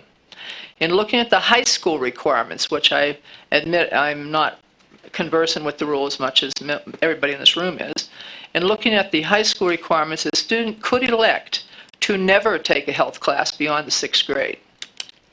This is not preparing students for important health-related decisions they will need to make in their adulthood, and we will be graduating students who have little to no preparation to deal with health or health problems. And in today's changing world, students need a strong basis in understanding health, stress relief, many of the key decisions they'll have to make as young adults and young parents in the near future.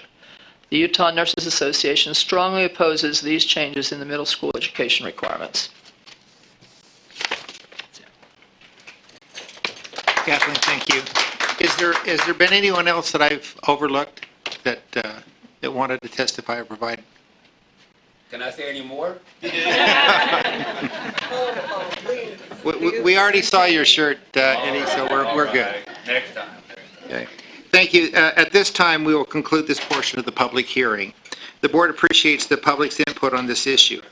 With the aid of the board staff, I will undertake the assembly of a complete hearing record for the board, which will be provided to the board for its consideration prior to its next board meeting.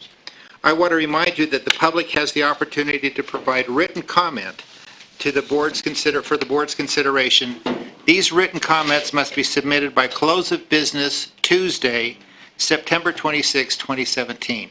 You can do that either by mailing them, you can bring them here over to the office, or you can also submit them online.